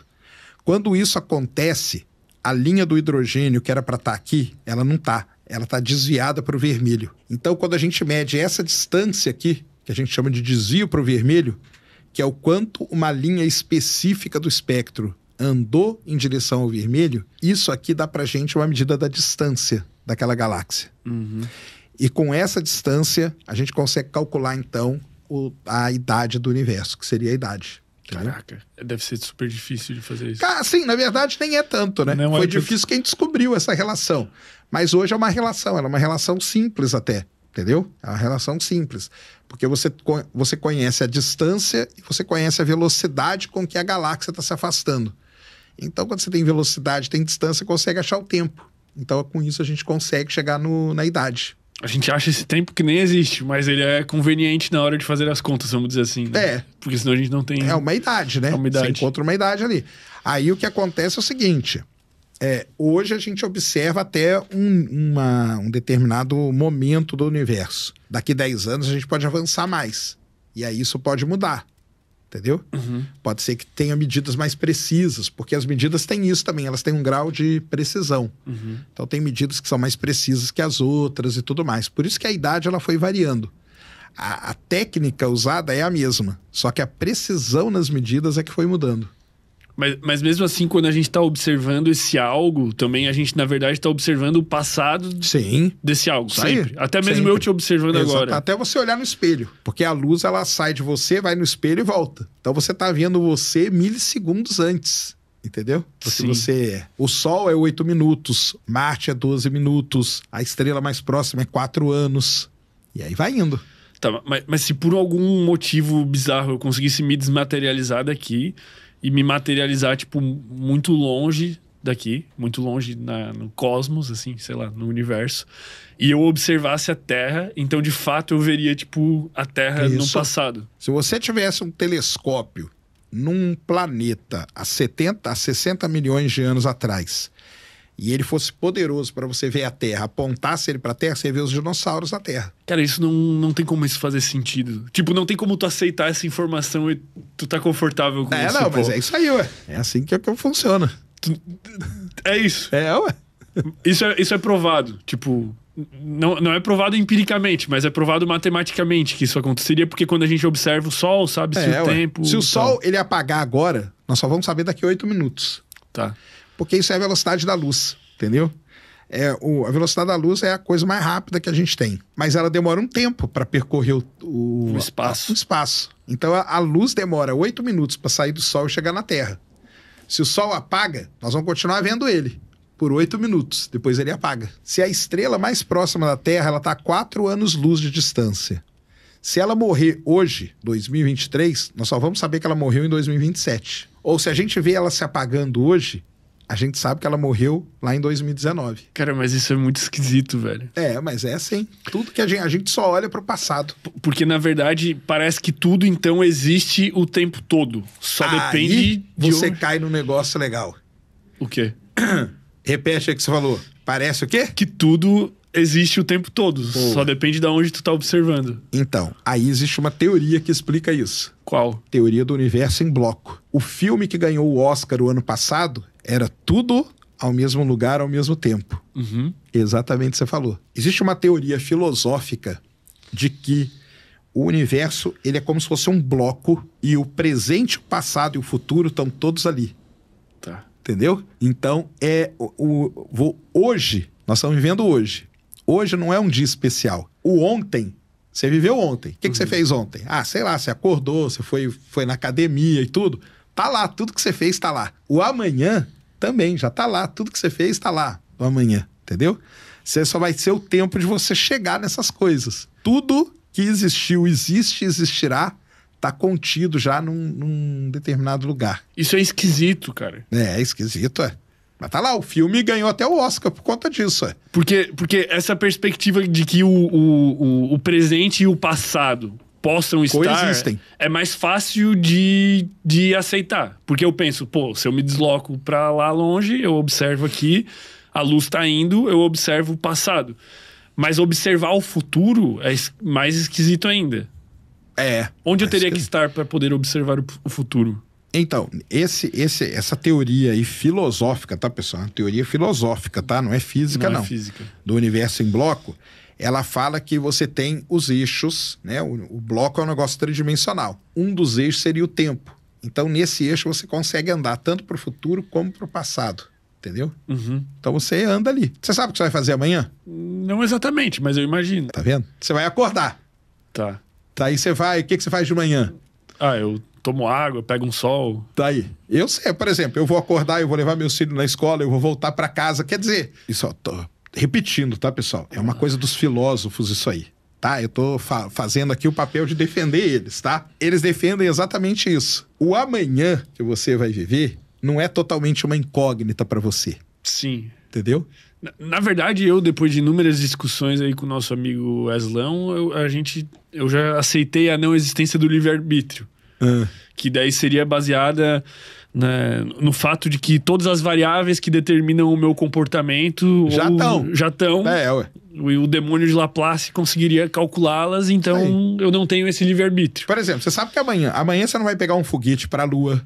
Amanhã você não vai pegar um barco e atravessar o oceano, entendeu? Você sabe que amanhã, se nada de muito... Então, aí já deve ter gente aí falando assim, mas e quando acontece tal coisa? Os colocam isso. Porque o universo em bloco, as coisas existem já, só que existe uma parcela de aleatoriedade. Entendi. Entendeu? Como se fossem fatores que permitem que vão mudar um pouco o que você vai fazer, entendeu? Por exemplo, eu sei que eu vou acordar 6 horas da manhã, levar meus filhos para a escola, voltar para casa, depois vou buscar eles na escola, vou lá no CT treinar com a galera, mas nesse meio tempo podem acontecer aleatoriedades, entendeu? Uhum. Pode ser que tenha um acidente lá em São Paulo e eu fique 3 horas preso no trânsito, não dê tempo de eu voltar para casa, entendeu? Mas, vamos dizer, em linhas gerais, você sabe o que você vai fazer. Essa que é a defesa deles. Mas essas aleatoriedades também poderiam ser teoricamente calculadas, vamos dizer assim. Porque quando a gente parte daquela discussão da não existência do livre-arbítrio, esse demônio de Laplace que conseguiria calcular todas as variáveis, se tu pega o universo quando ele tem baixa entropia, que seria no estado inicial de organização, então se tu tem o estado inicial e tu tem a contagem de todas as moléculas, elementos e tudo o que existe... E tu tem todas as fórmulas físicas, matemáticas, químicas e todas as interações possíveis, tu consegue calcular tudo que existe a qualquer momento. É isso aí, é isso. Como é que tu aceita essas coisas sem ficar louco, não, mas cara? Isso aí eu não aceito, não. Repetindo, né? A teoria do universo em bloco, ela é filosófica, tá? Fisicamente, ela não faz muito sentido, não. Mas... Por que ela não faz sentido fisicamente? Porque não tem como você formular essas coisas na física, né? A física, ela trabalha com toda a formulação, né? Então, a gente, por exemplo, o passado passou, acabou. Aquele momento lá não existe mais. Nós temos esse momento aqui. Mas ele existe de um outro ponto de vista que eu posso observá-lo. Aí, no caso do universo em bloco, no outro não. Mas no sem ser... sim. Porque eu posso, a gente tá fazendo podcast aqui, se eu conseguisse me desmaterializar e aparecer muito longe, eu poderia assistir o podcast no passado. Isso aí. Isso, então, de certa maneira, é como se você estivesse viajando no tempo, né? É exatamente isso. Então, isso abre esses problemas dentro da física, no caso. Entendeu? Porque o que a gente fala é o seguinte, a Terra tá aqui, né? Então... 60 milhões de anos atrás tinha os dinossauros. Uhum. A luz que saiu daquela Terra lá, ela tá viajando pelo universo, certo? Então eu tô com um observatório aqui, ó, a 60 milhões de anos-luz de distância da Terra. Beleza? Sim. Pegando os dinossauros. Ele não tá vendo o que tá acontecendo agora. Isso agora não existe para esse cara aqui. Ele tá vendo que tá a 60 milhões de anos. É igual a estrela, é igual ao Sol. Você tá olhando pro Sol agora, só que ele é 8 minutos atrasado. Entendeu? Sim. Então não quer dizer que você vai lá 8 minutos e ele vai estar, entendeu? É que fisicamente isso depende da velocidade da luz. Na teoria do bloco que eu falei dos filósofos, não existe isso. Então por isso que ela tem essa complicação. Porque tudo pra gente é a luz, é o tempo que a luz leva para sair de um objeto e chegar até o observador. Entendeu? Então é isso. Por que a velocidade da luz é tão importante assim? Por conta disso aí. E por que ela não pode ser superada? Não é que ela não pode, né? Ela até pode, mas é que a gente não encontrou nada mais rápido que a luz até agora. E dentro das teorias que a gente tem, principalmente dentro da teoria da relatividade, né? Ela postula ali que a luz, né? Ela é a coisa mais rápida que a gente tem, andando pelo universo aí. Mas pode ser que surjam outras coisas. Eu tenho a sensação, às vezes, que pô, é muito difícil se expressar, né? Falando desses assuntos, cara. Tudo já tá muito acostumado. Mas que pode ser que tudo esteja errado, né? Que tudo seja analisado com algum pressuposto que foi errado. Tipo, porque tudo que a gente tá discutindo aqui, vamos dizer, em relação ao Big Bang, assim, ele parte de alguns pressupostos meio que milagrosos. Tipo, eu não sei explicar isso, mas dali pra frente eu explico tudo. Na verdade, não é bem assim, né? É porque a gente... É até interessante essa história. O pessoal não deve saber. Mas, por exemplo, o Einstein, para ele, o universo era estático. Porque o negócio é o seguinte. A gente analisa as coisas com a visão que a gente tem hoje. Mas a gente tem que voltar lá para a época dele. Até 1929, a gente não sabia o que era galáxia, cara. Entendeu? Caraca, agora, faz muito pouco. O pessoal olhava as galáxias e a gente não tinha um poder tecnológico também, os telescópios não eram tão bons. A gente via uma nebulosidade, elas eram chamadas de nebulosa. Então, Andrômeda, que é uma das galáxias mais fáceis de ver, a maior, mais perto da gente, era a nebulosa de Andrômeda, entendeu? Entendi. Então, na época do Einstein, 1905, 10, 15 e tal, cara, era uma outra coisa que existia. Então, quando ele faz todas as deduções e tal, ele chega à conclusão que o universo era estático. Tanto que, nas equações dele, aparece um negócio chamado constante cosmológica, e aquilo ali daria ao universo uma expansão. E ele tira aquilo da equação dele. Porque ele acha que tá errado? Porque ele acha que tá errado. Caraca, o cara era gênio absurdo. Porque para ele o universo não podia, não tinha. O universo, o que era o universo, cara? Não tinha nem galáxia. Olha só que doideira. Aí, em 1929, um cara chamado Edwin Hubble, que dá nome até pro telescópio espacial Hubble, ele observou Andrômeda, porque aí ele já usava o maior telescópio que a gente tinha na Terra. O telescópio lá do Monte Wilson, lá na Califórnia. Aí a gente tinha um telescópio bom. Quando ele olha para Andrômeda, ele consegue ver umas estrelas individuais ali e ele consegue calcular a distância. Quando ele calcula a distância, dá 2,5 milhões de anos-luz. E aí ele olha para aquilo e fala, cara, isso aqui não pode estar dentro da galáxia. Entendeu? É muito longe. É muito longe. Ou seja, aquilo ali só pode ser uma outra coisa parecida com o que a gente tem, que é a Via Láctea. E é aí que surgem as galáxias. E aí, quando surge a galáxia, olha só que legal, ele começa a medir uma galáxia a outra, e aí ele começa a ver que... Lembra do desvio pro vermelho? Então, ele já tinha um redshift lá da... o desvio pro vermelho lá dos elementos. Dos elementos. Então ele olha para Andrômeda e ele acha um valor. Ele olha para uma galáxia mais distante e acha outro valor. E isso ele cria uma regra, que é uma reta perfeita, chamada regra Lei de Hubble. E essa Lei de Hubble mostrou pra gente que o universo está em expansão. E é aí que eles vão lá e corrigem o Einstein, entendeu? Tem até um encontro famoso do Einstein com o Hubble. O Einstein vendo lá as fotos e tudo, sabe? É legal pra caramba essa história aí. E é aí que o universo muda. Nossa, mudou toda a visão do universo em 1929. Tá aí a constante que o Einstein tinha achado. É a constante de expansão. Constante? Então, olha só que legal. Aí o que acontece? O pessoal depois... Aí vai evoluindo a tecnologia. Tá. Em 2008, um grupo de pesquisadores descobriu que, além do universo estar se expandindo, ele está acelerando. Então, quanto mais longe ele está, mais rápido ele se expande e ainda vai se expandindo cada vez mais rápido. Então, isso a gente chama de aceleração da expansão do universo. Aí surgiu um negócio que a gente não sabe explicar ainda. Tá. Que é por que o universo se expande acelerado. E como o astrônomo não soube explicar, ele criou um negócio chamado energia escura. Então, energia escura seria uma força que está acelerando a expansão do universo. Hoje, já tem vários pesquisadores que acham que a constante cosmológica lá do Einstein, na verdade, seria a resposta para a energia escura. Olha que doideira. Caraca, velho. Só que, lembrando, cara, o Einstein, ele não observou nada. Ele fez tudo... no papelzinho. Tudo matematicamente. E tudo que ele fez matematicamente está sendo comprovado, cara. Tudo.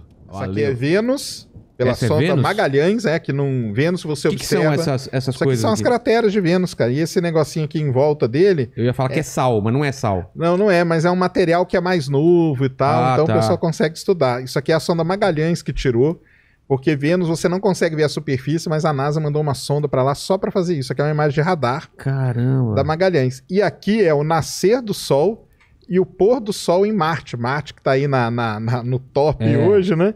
O nascer do Sol e o pôr do Sol em Marte. E aquele tom avermelhado não pegou aí? Então, porque aí a foto, né? Mas você vê aqui que tem o céu aqui tá um pouco avermelhado, mas aqui em cima tá azulado. E tem uma coisa legal disso, porque aqui na Terra, quando tá se pondo o Sol, fica avermelhado. E o céu é azul. Lá não, lá é o contrário. O céu tem um tom meio avermelhado, normal, e quando o Sol tá se pondo, o céu fica meio azulado. Qual a explicação para isso? Isso aí é a composição química da atmosfera mesmo. A atmosfera de Marte é muito diferente da Terra, os elementos químicos, e aí eles que espalham a luz e tudo mais, e o nível de poeira também, né? Marte tem muito pó, né? Tem muito pó? É muito poeira, né? Então lá não dá para respirar... Lá quem tem rinite tá complicado. Rinite, tá complicado. Não dá um problema lá. E cara, o filme você viu lá como que é de Marte, lá que o cara fica preso? Perdidos em Marte. Eu li o livro e assisti o filme. Tem ele é baseado muito na ciência ou tem muita viagem? Falaram que aquela tempestade não existe uma velocidade de vento daquele... Isso, então. Aí a velocidade em si do vento, eles meio que exageraram. Dá uma exagerada. Mas tempestades igual aquela existem em Marte. Ah, é? Tem tempestade de poeira que toma o planeta inteiro. Tanto que já vários rovers, né, que a gente chama, robozinhos que andam lá da NASA, já se ferraram por causa disso. Porque eles são movidos à energia solar. E aí cobre, ele morre. Então o último que morreu foi em 2017, 2018. Mas ele morre temporariamente ou para sempre? Morre para sempre, porque qual que é o problema de Marte? Marte é muito frio. Tá. Então a poeira toma conta dos painéis e congela e você não consegue ligar ele daqui da Terra de novo para ele poder aquecer, para poder ganhar energia e tal. E aí fica mortinho sério, lá. Os caras falam pra gente que o nosso futuro é Marte. Aí você tá jogando jogando um balde de água fria. Balde de água fria nessa nossa... É tão difícil assim viver em Marte? Marte é um planeta complicado, né? Porque, primeiro, a atmosfera dele, como eu falei, né? 95% é CO2, dióxido de carbono, que é totalmente, né, venenoso para nós, né? Para nós, pro ser humano.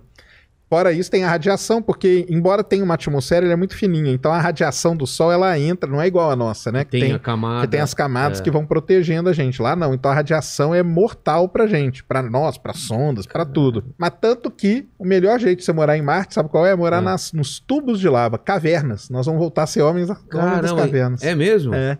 Mas mesmo lá vai ter que usar capacete. Não, vai ter que usar tudo. Tem jeito. Não tem jeito. Não tem ar respirável. Não tem ar respirável. Mas pelo menos, embaixo da terra, nesses tubos aí que tem, você está protegido da radiação. E protegido naturalmente, que está protegido pelo solo do próprio planeta.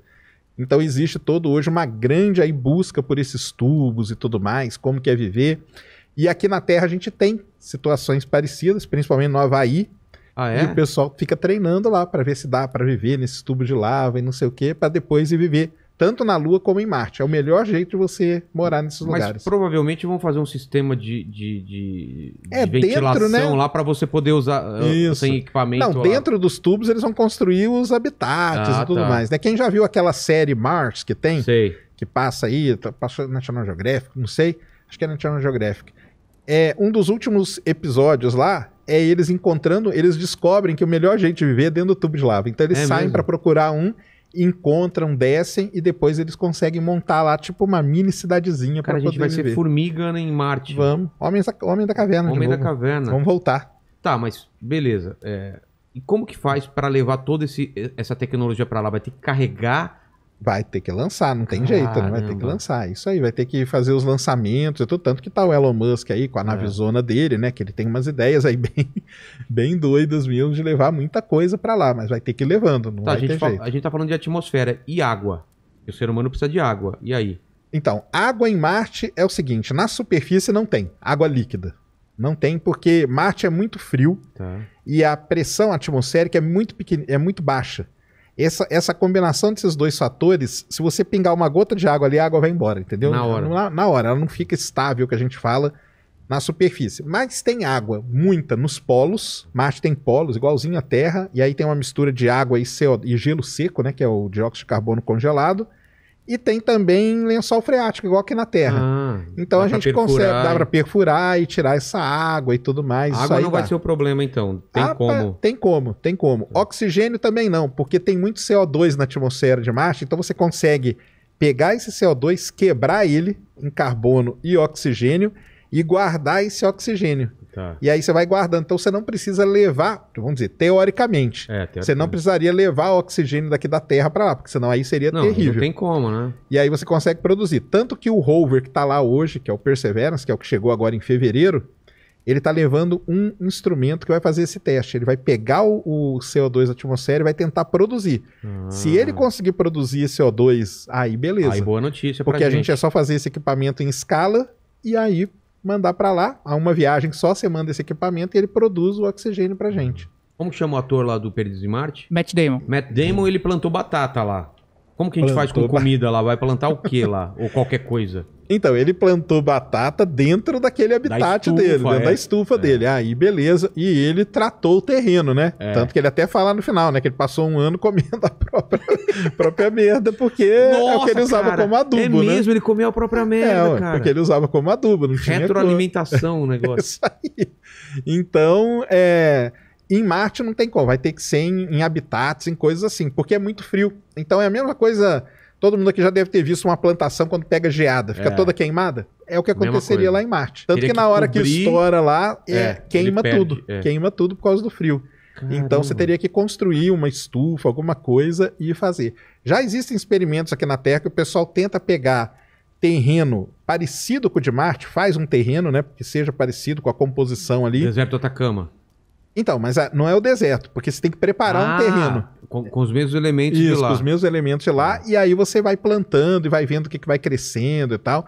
Então tem coisas aí que o pessoal fala que até uma batata dá uma crescidinha e não sei o quê, mas é coisa que ainda tá começando aí para É muito desafio, né? Pra, tipo, vamos muito morar desafio, lá. Cara, muito. Porque, ó, eu não sei a sua idade, mas na minha idade, quando eu lia livro de ficção científica, era vamos chegar em Marte. Porque o pessoal tava muito empolgado com a conquista da Lua e a próxima conquista é Marte. Então parecia muito perto. Eu achei que com a idade que eu tava hoje, a gente já tava, tipo, viagem pra lá. Quer ir? Ah, é caro, mas eu vou juntar uma grana e vou pra Marte. É muito... Cara, é muito triste complicado. Isso, cara. É muito complicado. E o ser humano, né, cara? Porque, por exemplo, uma viagem pra Marte. Ó, as sondas foram lançadas em julho de 2020. Tá. E chegaram lá agora em fevereiro de 2021. São quantos meses? São 6, 7 meses de viagem. Tá. Só que isso é uma sonda, né? Que não leva gente dentro. Tá. A gente teria que demorar um pouquinho mais. Um ano, mais ou menos. Ah, é? Demora com um ano... A velocidade é diferente com o humano? É, cara, porque eu até brinco no meu canal, o pessoal sabe, o humano tem o fator tripa. Fator tripa, né, que é o cara? Fator tripa é que você aceleração? Que você tem... A sonda é só cabo, fio, manda bala. Agora, as sondas andam aí para ir para Marte a 80 mil km por hora, 100 mil km por hora. O ser humano não vai ter Qual que é o máximo? Cara, vai ter que reduzir essa velocidade aí pela metade, entendeu? Só qual que é o problema? Mas não tem como você fazer uma aceleração contínua para não ser esse pique, assim. Vai aumentando, aumentando, aumentando. Chega nessa velocidade e a gente nem sente ou não existe isso? Não, vai sentir. Vai sentir? Vai sentir, cara. Não vai ter como. Muita velocidade. É muito. Marte é um planeta muito fascinante por conta de toda essa história, né? Marciano, né? Tem essa ideia dos marcianos. Exatamente. E de onde que veio isso? Que isso aí é legal pra caramba, porque lá em 1800, quando quando começou a ter um telescópio um pouquinho melhor, e o pessoal começou a observar Marte, um primeiro cara que foi um italiano, chamado Schiaparelli. Ele observou Marte e ele viu uns risquinhos. E ele chamou aquilo de canali. Canais. Canais. Só que canais, a tradução do canali são canais naturais. Tá. Tipo canais, coisa geológica, de geografia e tal. Quando esse termo foi para os Estados Unidos, traduziram errado. Traduziram nos Estados Unidos como channel, de canal que você constrói. Tipo... Canal que foi construído por alguém. Canal de irrigação. Tá. E aí, isso caiu na mão de um cara muito importante também, chamado Percival Lowell. Ele nem era astrônomo, mas ele era empresário e ele tinha um dos maiores observatórios na época. Ele investia muita grana nisso. O sonho dele era encontrar um planeta perdido no sistema solar. Acabou encontrando depois Plutão, foi descoberto lá no observatório. Ele que descobriu Plutão? Não, ele não. Ele só era o dono do observatório. Ah, ele é o cara que bancava. Só que ele ficou fascinado. Quando chegou essa história da Europa, que Marte tinha canal, ele falou, cara, eu vou começar a observar Marte com o meu telescópio, porque ele é grande também. E ele começou a ver os risquinhos ali. Mas são retos? Então, na época, o telescópio não era tão bom. Então, na verdade, muitos daqueles riscos nem eram os canais, era coisa da ótica mesmo, da época, que acabou enganando eles. E qual que é o grande problema de Marte? Marte tem estação do ano, igual a Terra. Ah, tem também? Tem. Então, se você observa ele numa estação e em outra, essas coisas mudam, essas feições, essas características mudam. O que o cara pensou aí, cara? Os caras estão plantando coisa lá e estão mudando as coisas de lugar. Caramba! Então, esse negócio aí de ter vida em Marte ficou por muitos e muitos anos. Quando a NASA mandou... Eu sabia dessa história, faz todo sentido. Aí, a partir dali, veio toda a história dos marcianos. E falar, tá mudando aqui, tem alguém lá... Alguém mora lá e tá mudando aqui. Os caras agora estão plantando pro lado de cá. Eles pensavam que eram plantações, que os canais eram sistemas de irrigação. Eles tinham certeza absoluta disso. Caramba! Certeza absoluta. Tanto que aí depois veio todas as histórias lá, a Guerra dos Mundos, tudo veio nisso. Em 1965, a NASA mandou uma primeira sonda para explorar Marte, chamada Mariner 4. Quando ela mandou essa sonda, em 1965, pensava que quando a sonda fotografasse Marte, ia haver floresta lá. Quando a sonda passou, ela só deu uma passada, ela não ficou na órbita, não. E ela tirou 26 imagens de Marte. Quando ela tirou as imagens chegaram e não tinha floresta nenhuma, os caras começaram a ver que era um mundo muito parecido com a Lua e tal, que tinha um monte de cratera e tal. Foi, de um lado, uma decepção, porque eles queriam ver as florestas. Cadê as florestas? E do outro lado, falou, caramba, então é um mundo totalmente novo mesmo pra gente descobrir. E é um negócio novo, você pensar, 1965 até 65... pensava que lá morava gente, cara. Pensava que lá tinha uma raça mesmo. Então é por isso, porque esses livros que eu tô falando do Bradbury e tal, é tudo antigo, é mais antigo do que isso. Isso, vem de toda essa história aí. Então Marte acabou tomando conta de toda essa parte de literatura, filme e tudo mais, por conta de toda essa história. E por estar mais perto, né? E por ser Vênus tá mais perto. Vênus tá um pouco mais perto, mas Marte... por estar mais perto do Sol, talvez a galera não acreditava que teria... Vênus a gente já sabia há muito tempo que é muito tóxico, a atmosfera é muito pesada, a temperatura é muito alta. Marte, ele se assemelha muito com a Terra. Tem temperatura, tem estação do ano. O dia lá dura 24 horas e 40 minutos. O quê? Que é igual um dia nosso, praticamente, né? O nosso é 23,56, aí 24,40. Caramba, então, ele tem uma rotação parecida. Rotação parecida. O ângulo dele é muito parecido também. A Terra é inclinada a 23 graus e meio, ele é 25. Então é muito parecido. E o tamanho dele? Aí é o tamanho, ele é bem menor. Ele é metade do tamanho da Terra. E ele tá mais longe também, então ele é muito frio. Ele é muito frio. Mas o que aconteceu? A partir do momento que começaram a estudar Marte, começaram a descobrir muita coisa. Por exemplo, vulcões. Marte já teve vulcões, o maior do sistema solar, Monte Olympus, fica lá em Marte.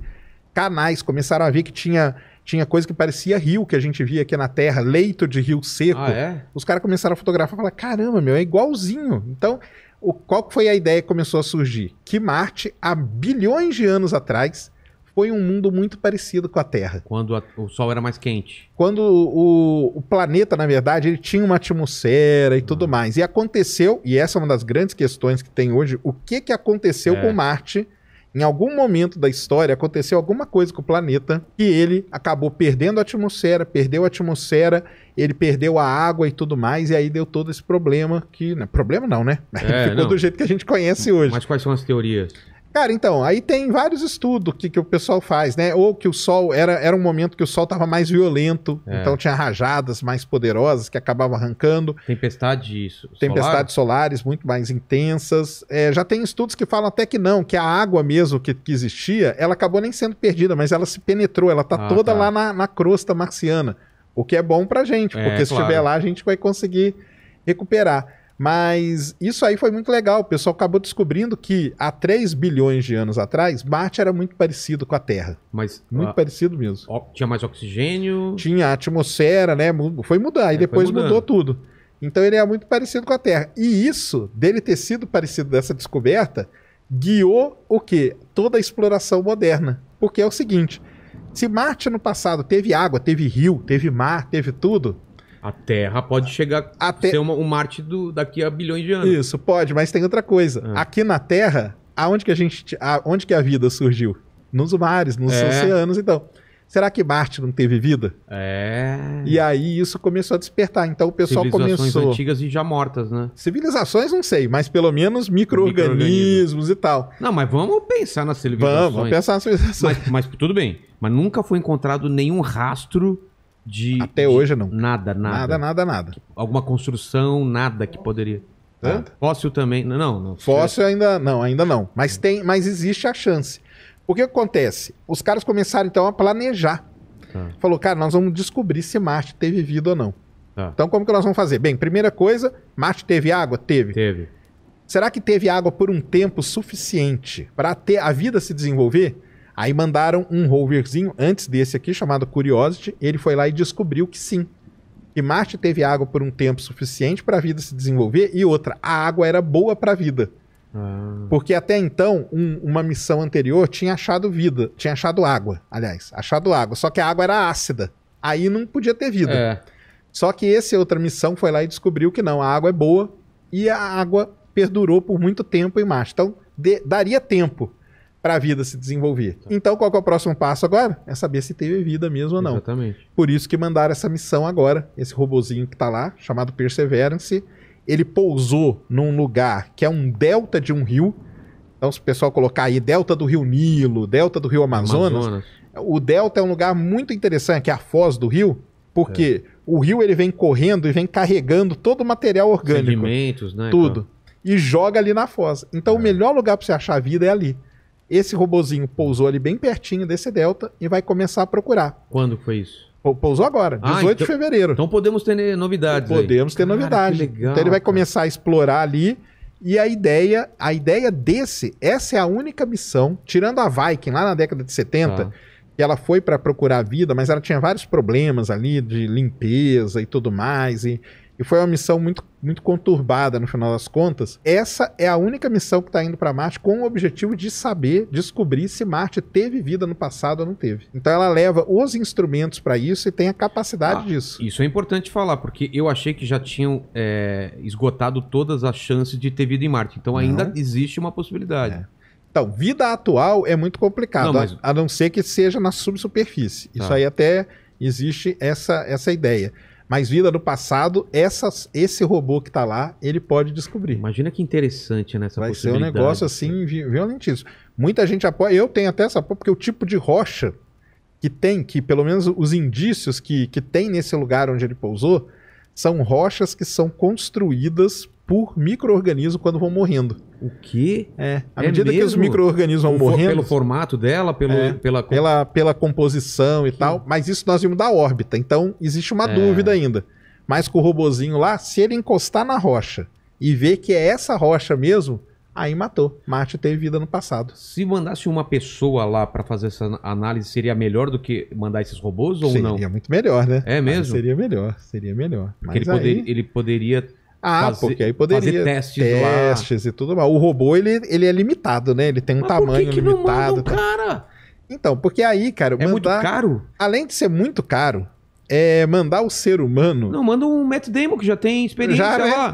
Ele já teve lá. Lá e no Interestelar, né? Que ele passou um tempão lá. No Interestelar, ele ficou anos e anos. Ficou décadas. Ficou décadas lá e depois ainda deu um golpe lá pra tentar voltar. Falou, não, tem vida aqui, pode vir. Então, o que tá impedindo de mandar a gente tem tecnologia, primeiro, pra isso? Oi, filho, tudo bem? Oi, tudo bom? Então, qual que é o grande problema, cara? Você colocar o ser humano dentro de uma nave pra viajar um ano por aí... Um ano pra ir e um ano pra voltar. E um ano pra voltar. Então, assim, tem a questão... É o que eu brinco, né? Tem um fator tripla, que é o fator do ser humano, cara. O ser humano... a NASA faz alguns experimentos, coloca astronautas pra viver na estação espacial por um tempo longo, já meio que treinando pra ir pro espaço. Tempo longo quanto? Então, teve uma missão que ficou um ano. Na verdade, ficou 340 dias. Aquele russo lá que ficou tempo pra caramba, né? Tem o russo lá antigamente, que a Rússia meio que esqueceu ele lá, né?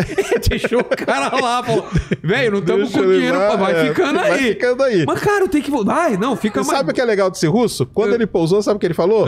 Nós estamos prontos pra ir pra Marte. Sério? Ele falou, porque ele ficou quanto tempo? Cara, eu não lembro assim mais de um ano. Ele ficou um tempão. Nossa, eu queria mandar minha sogra pra lá, velho. O russo é o recordista. O russo é o recordista. Quando ele voltou, ele falou isso. Ele falou sério. Ele voltou bem de saúde? Voltou bem. Ele voltou, então por incrível que pareça, ele voltou bem. Então, aí a NASA fez esse aí, os caras ficaram 340 dias. Tá. Só que eles voltaram com alguns problemas. Por exemplo? Cara, dá muito problema. Primeiro em osso. Porque acontece, aqui, né, nós estamos pressionados pela gravidade. Pra baixo. Pra baixo. É. Lá não tem. Então, a sua vértebra começa a soltar. Você cresce. Você cresce? Você cresce. Os caras crescem mais ou menos uns 30 centímetros. Porque aqui tá te puxando pra baixo e lá não tem nada te puxando. Lá não. Então começa a soltar e a vértebra, uma começa a soltar um pouco da outra. Assim, começa a abrir um espaço maior entre elas. Então, normalmente, os astronautas crescem uns 30 centímetros. O quê? Eu queria ir pra lá, então. Aí depois eles voltam ao normal. Tá? Depois eles voltam também. Ó, meu pai tá aí, ele quer fazer uma pergunta. Quero só ver essa pergunta, seu Gilberto. Tem a ver com o tema? Vai lá, manda bala, manda bala. Escuta, por que essa paixão do terráqueo por Marte? Desde que eu me conheço por gente, se fala em Marte. Eu gostaria de lembrar que no final da década de 50, saiu uma musiquinha muito bonitinha, por acaso, falando sobre isso. E nos anos...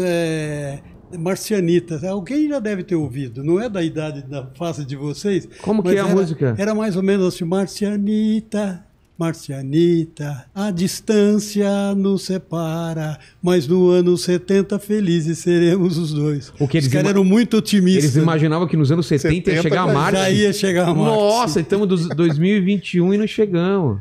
Pois mas fez muito sucesso. Então, mas a paixão, ele falou um pouco isso, é porque... Vem lá de trás, porque, quando o pessoal olhava e falava, cara, tem gente morando ali, tem os canaizinhos, tem tudo, deve ter... Pensava que tinha floresta, oásis e tudo, entendeu? Então, vem daí toda essa história. Mas o motivo também deve ser porque da facilidade da distância, né? Isso, como tem momentos que Terra e Marte estão meio próximos um do outro. Depois eles ficam longe, mas tem momentos que dá uma aproximada. É mesmo, porque que é a quando ordem a gente elíptica, manda, né? Que é quando a gente manda a sonda.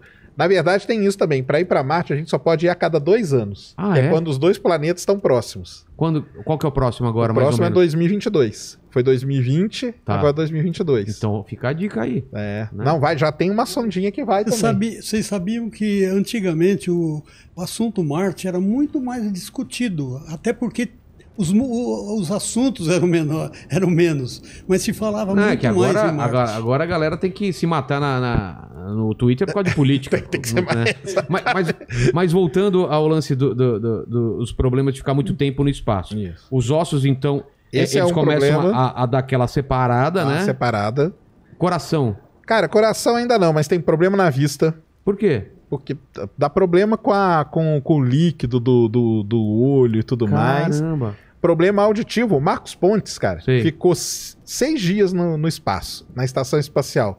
Agora, ano passado, ele mostrou ali que ele estava fazendo a operação porque deu um problema no ouvido dele. No ouvido? Deu um problema auditivo. Tem líquido também aqui dentro, né? Então isso aí muda tudo. Caramba. Então, assim, se fosse até na década de 60, 70, que o pessoal era muito mais doido, talvez mandasse o ser humano. Depois a gente vê o que acontece. Agora, hoje não. Então tem todo A gente andava sem cinto naquela época, quando o pessoal andava sem cinto. Tá todo mundo vivo aí, Tá todo mundo vivo.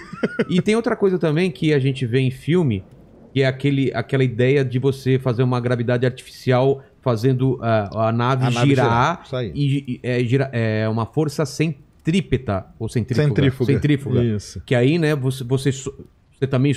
É o jeito. É possível?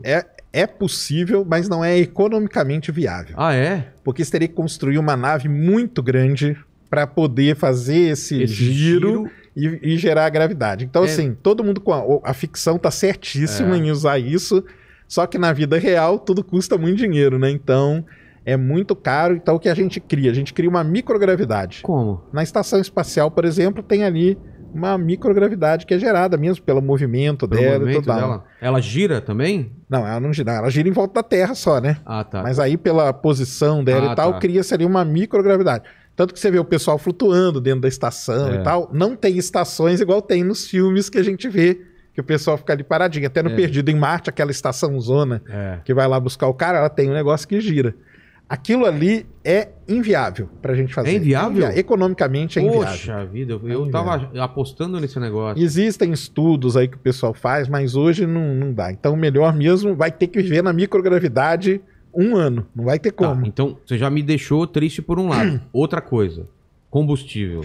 É muito combustível para levar o pessoal para lá. Tem alguma outra alternativa que estão tentando? Tá, e entra, por isso que entra o Elon Musk na história, né, cara? Grande Elon Musk. O Elon Musk, qual que é a ideia dele? A nave decola, certo?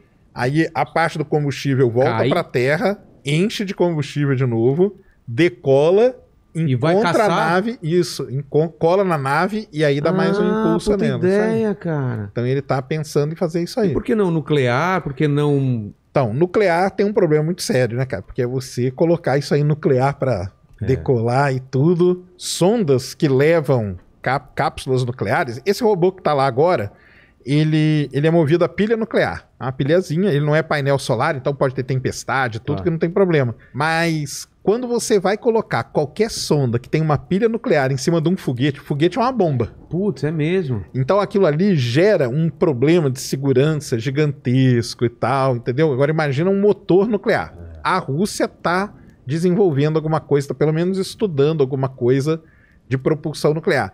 Porque o que você falou é verdade, cara. O grande problema que a gente tem um limite tecnológico. Quanto que, mais caso, é a combustível, propulsão. mais peso, mais dinheiro.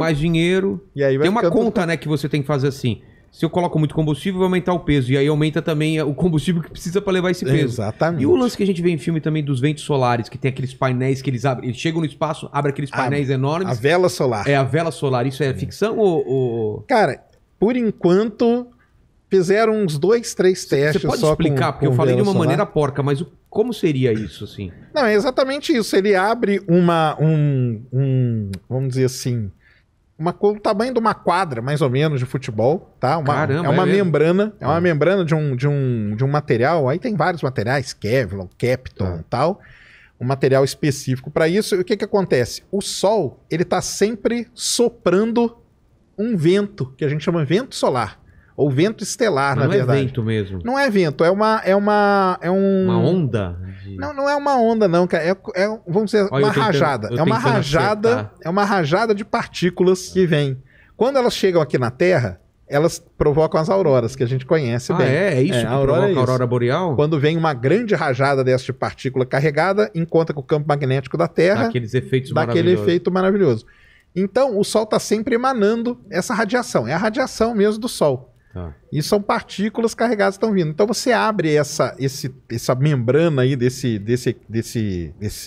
Kapton, Kevlar, aí o nome tanto faz. Você mira ela direitinho pro Sol, quando a radiação bater nela, vai embora, entendeu? Caramba. Ela vai. O lance ela começa devagarzinho. Mas aí, como no espaço a gente tá no vácuo ali, que a gente fala, né? Tem a inércia, né? Então, aí ela vai, aos poucos, ela vai começando a ganhar uma aceleração, e depois aí ela vai embora. Ela não precisa ser também a forma principal de gerar energia ou de gerar movimento. Ela pode ser uma forma secundária. Pode ser uma forma auxiliar e tudo, isso aí. Isso aí tem o pessoal que solta essas velas solares aí em volta da Terra para estudar mesmo e para ver como que é. Mas aí também é aquele negócio, né? O que nós vamos pendurar nela, né? Porque aí se for colocar uma coisa muito pesada, a vela tem que ser muito grande.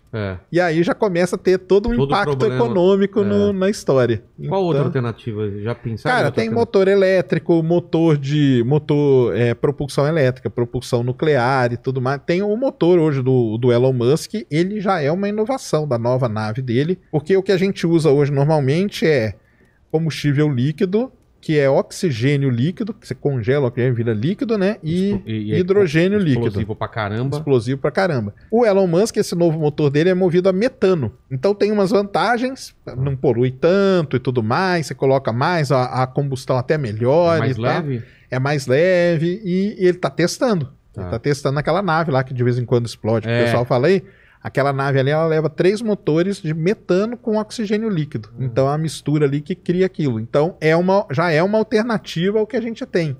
Porque então, o que parece no espaço, que qualquer coisa, que um vento ou uma explosão, já te joga pra frente e deixa rolar, porque... Então, mas o problema é que esse deixa rolar por quanto tempo? Porque vai perdendo velocidade? Não vai perdendo, mas ele vai dar um impulso ali que você vai embora, né? Mas vamos supor, você vai demorar 3 anos para chegar em Marte, pro ser humano, não dá. E tem outra, para ir para Marte, no caso, né? Marte tá orbitando. Os dois estão... Ele não para, né? Você não para, para aí, Marte, que eu vou mandar. Caramba, cara... Tem isso, é muito um cálculo muito absurdo. É muito. Porque, vamos tentar explicar pro pessoal aí, eu também tô fazendo o visual na cabeça. A Terra tá rodando aqui e Marte tá em outro ponto, né? Marte tá mais longe. Tá mais longe. Aí quando passa um perto do outro, que a cada 2 anos, aí Marte... Vamos. Aí você solta. Você manda o foguete. Você calcula daqui 8 meses quando vai estar mais perto, né?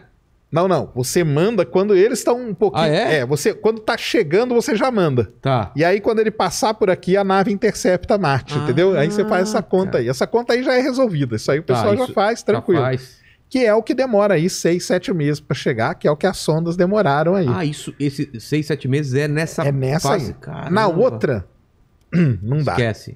Até lá no Perdido em Marte, o carinha fala. Eles fazem esse cálculo? Eles fazem. O cara fala, cara, não, tem que ser... Lembra que tem um problema que eles falam lá, Marte e a Terra não estão numa posição boa. Como que nós vamos fazer? Aí eles fazem a estação dar uma volta na Terra, que é o estilingue gravitacional. É verdade. Aí falam, só que nós vamos ter que avisar pros caras que eles vão ter que passar mais 200 e tantos dias no espaço. Caramba. Então, é sempre... Vamos dizer assim, a tecnologia em si, ela existe. Ela tá meio que resolvida. Mas o ser humano, cara, o ser humano é um grande ponto nessa equação toda. É por isso que a gente tem que evoluir também com a parte da gente se torna braço mecânico, tem umas coisas mais... Deixar a gente mais X-Men, né? Deixar um negócio mais super-herói. Porque vai. E aí o problema é o seguinte, tem todos esses problemas de saúde que dá. Aí você chega lá em Marte, tem que descer da nave, você tá todo meio ferrado, entendeu? Como que você vai fazer? Você não ouve direito, você não vê direito... Aí não vai adiantar. Quantos por cento da gravidade da Terra lá? 38%. Então já é menos também.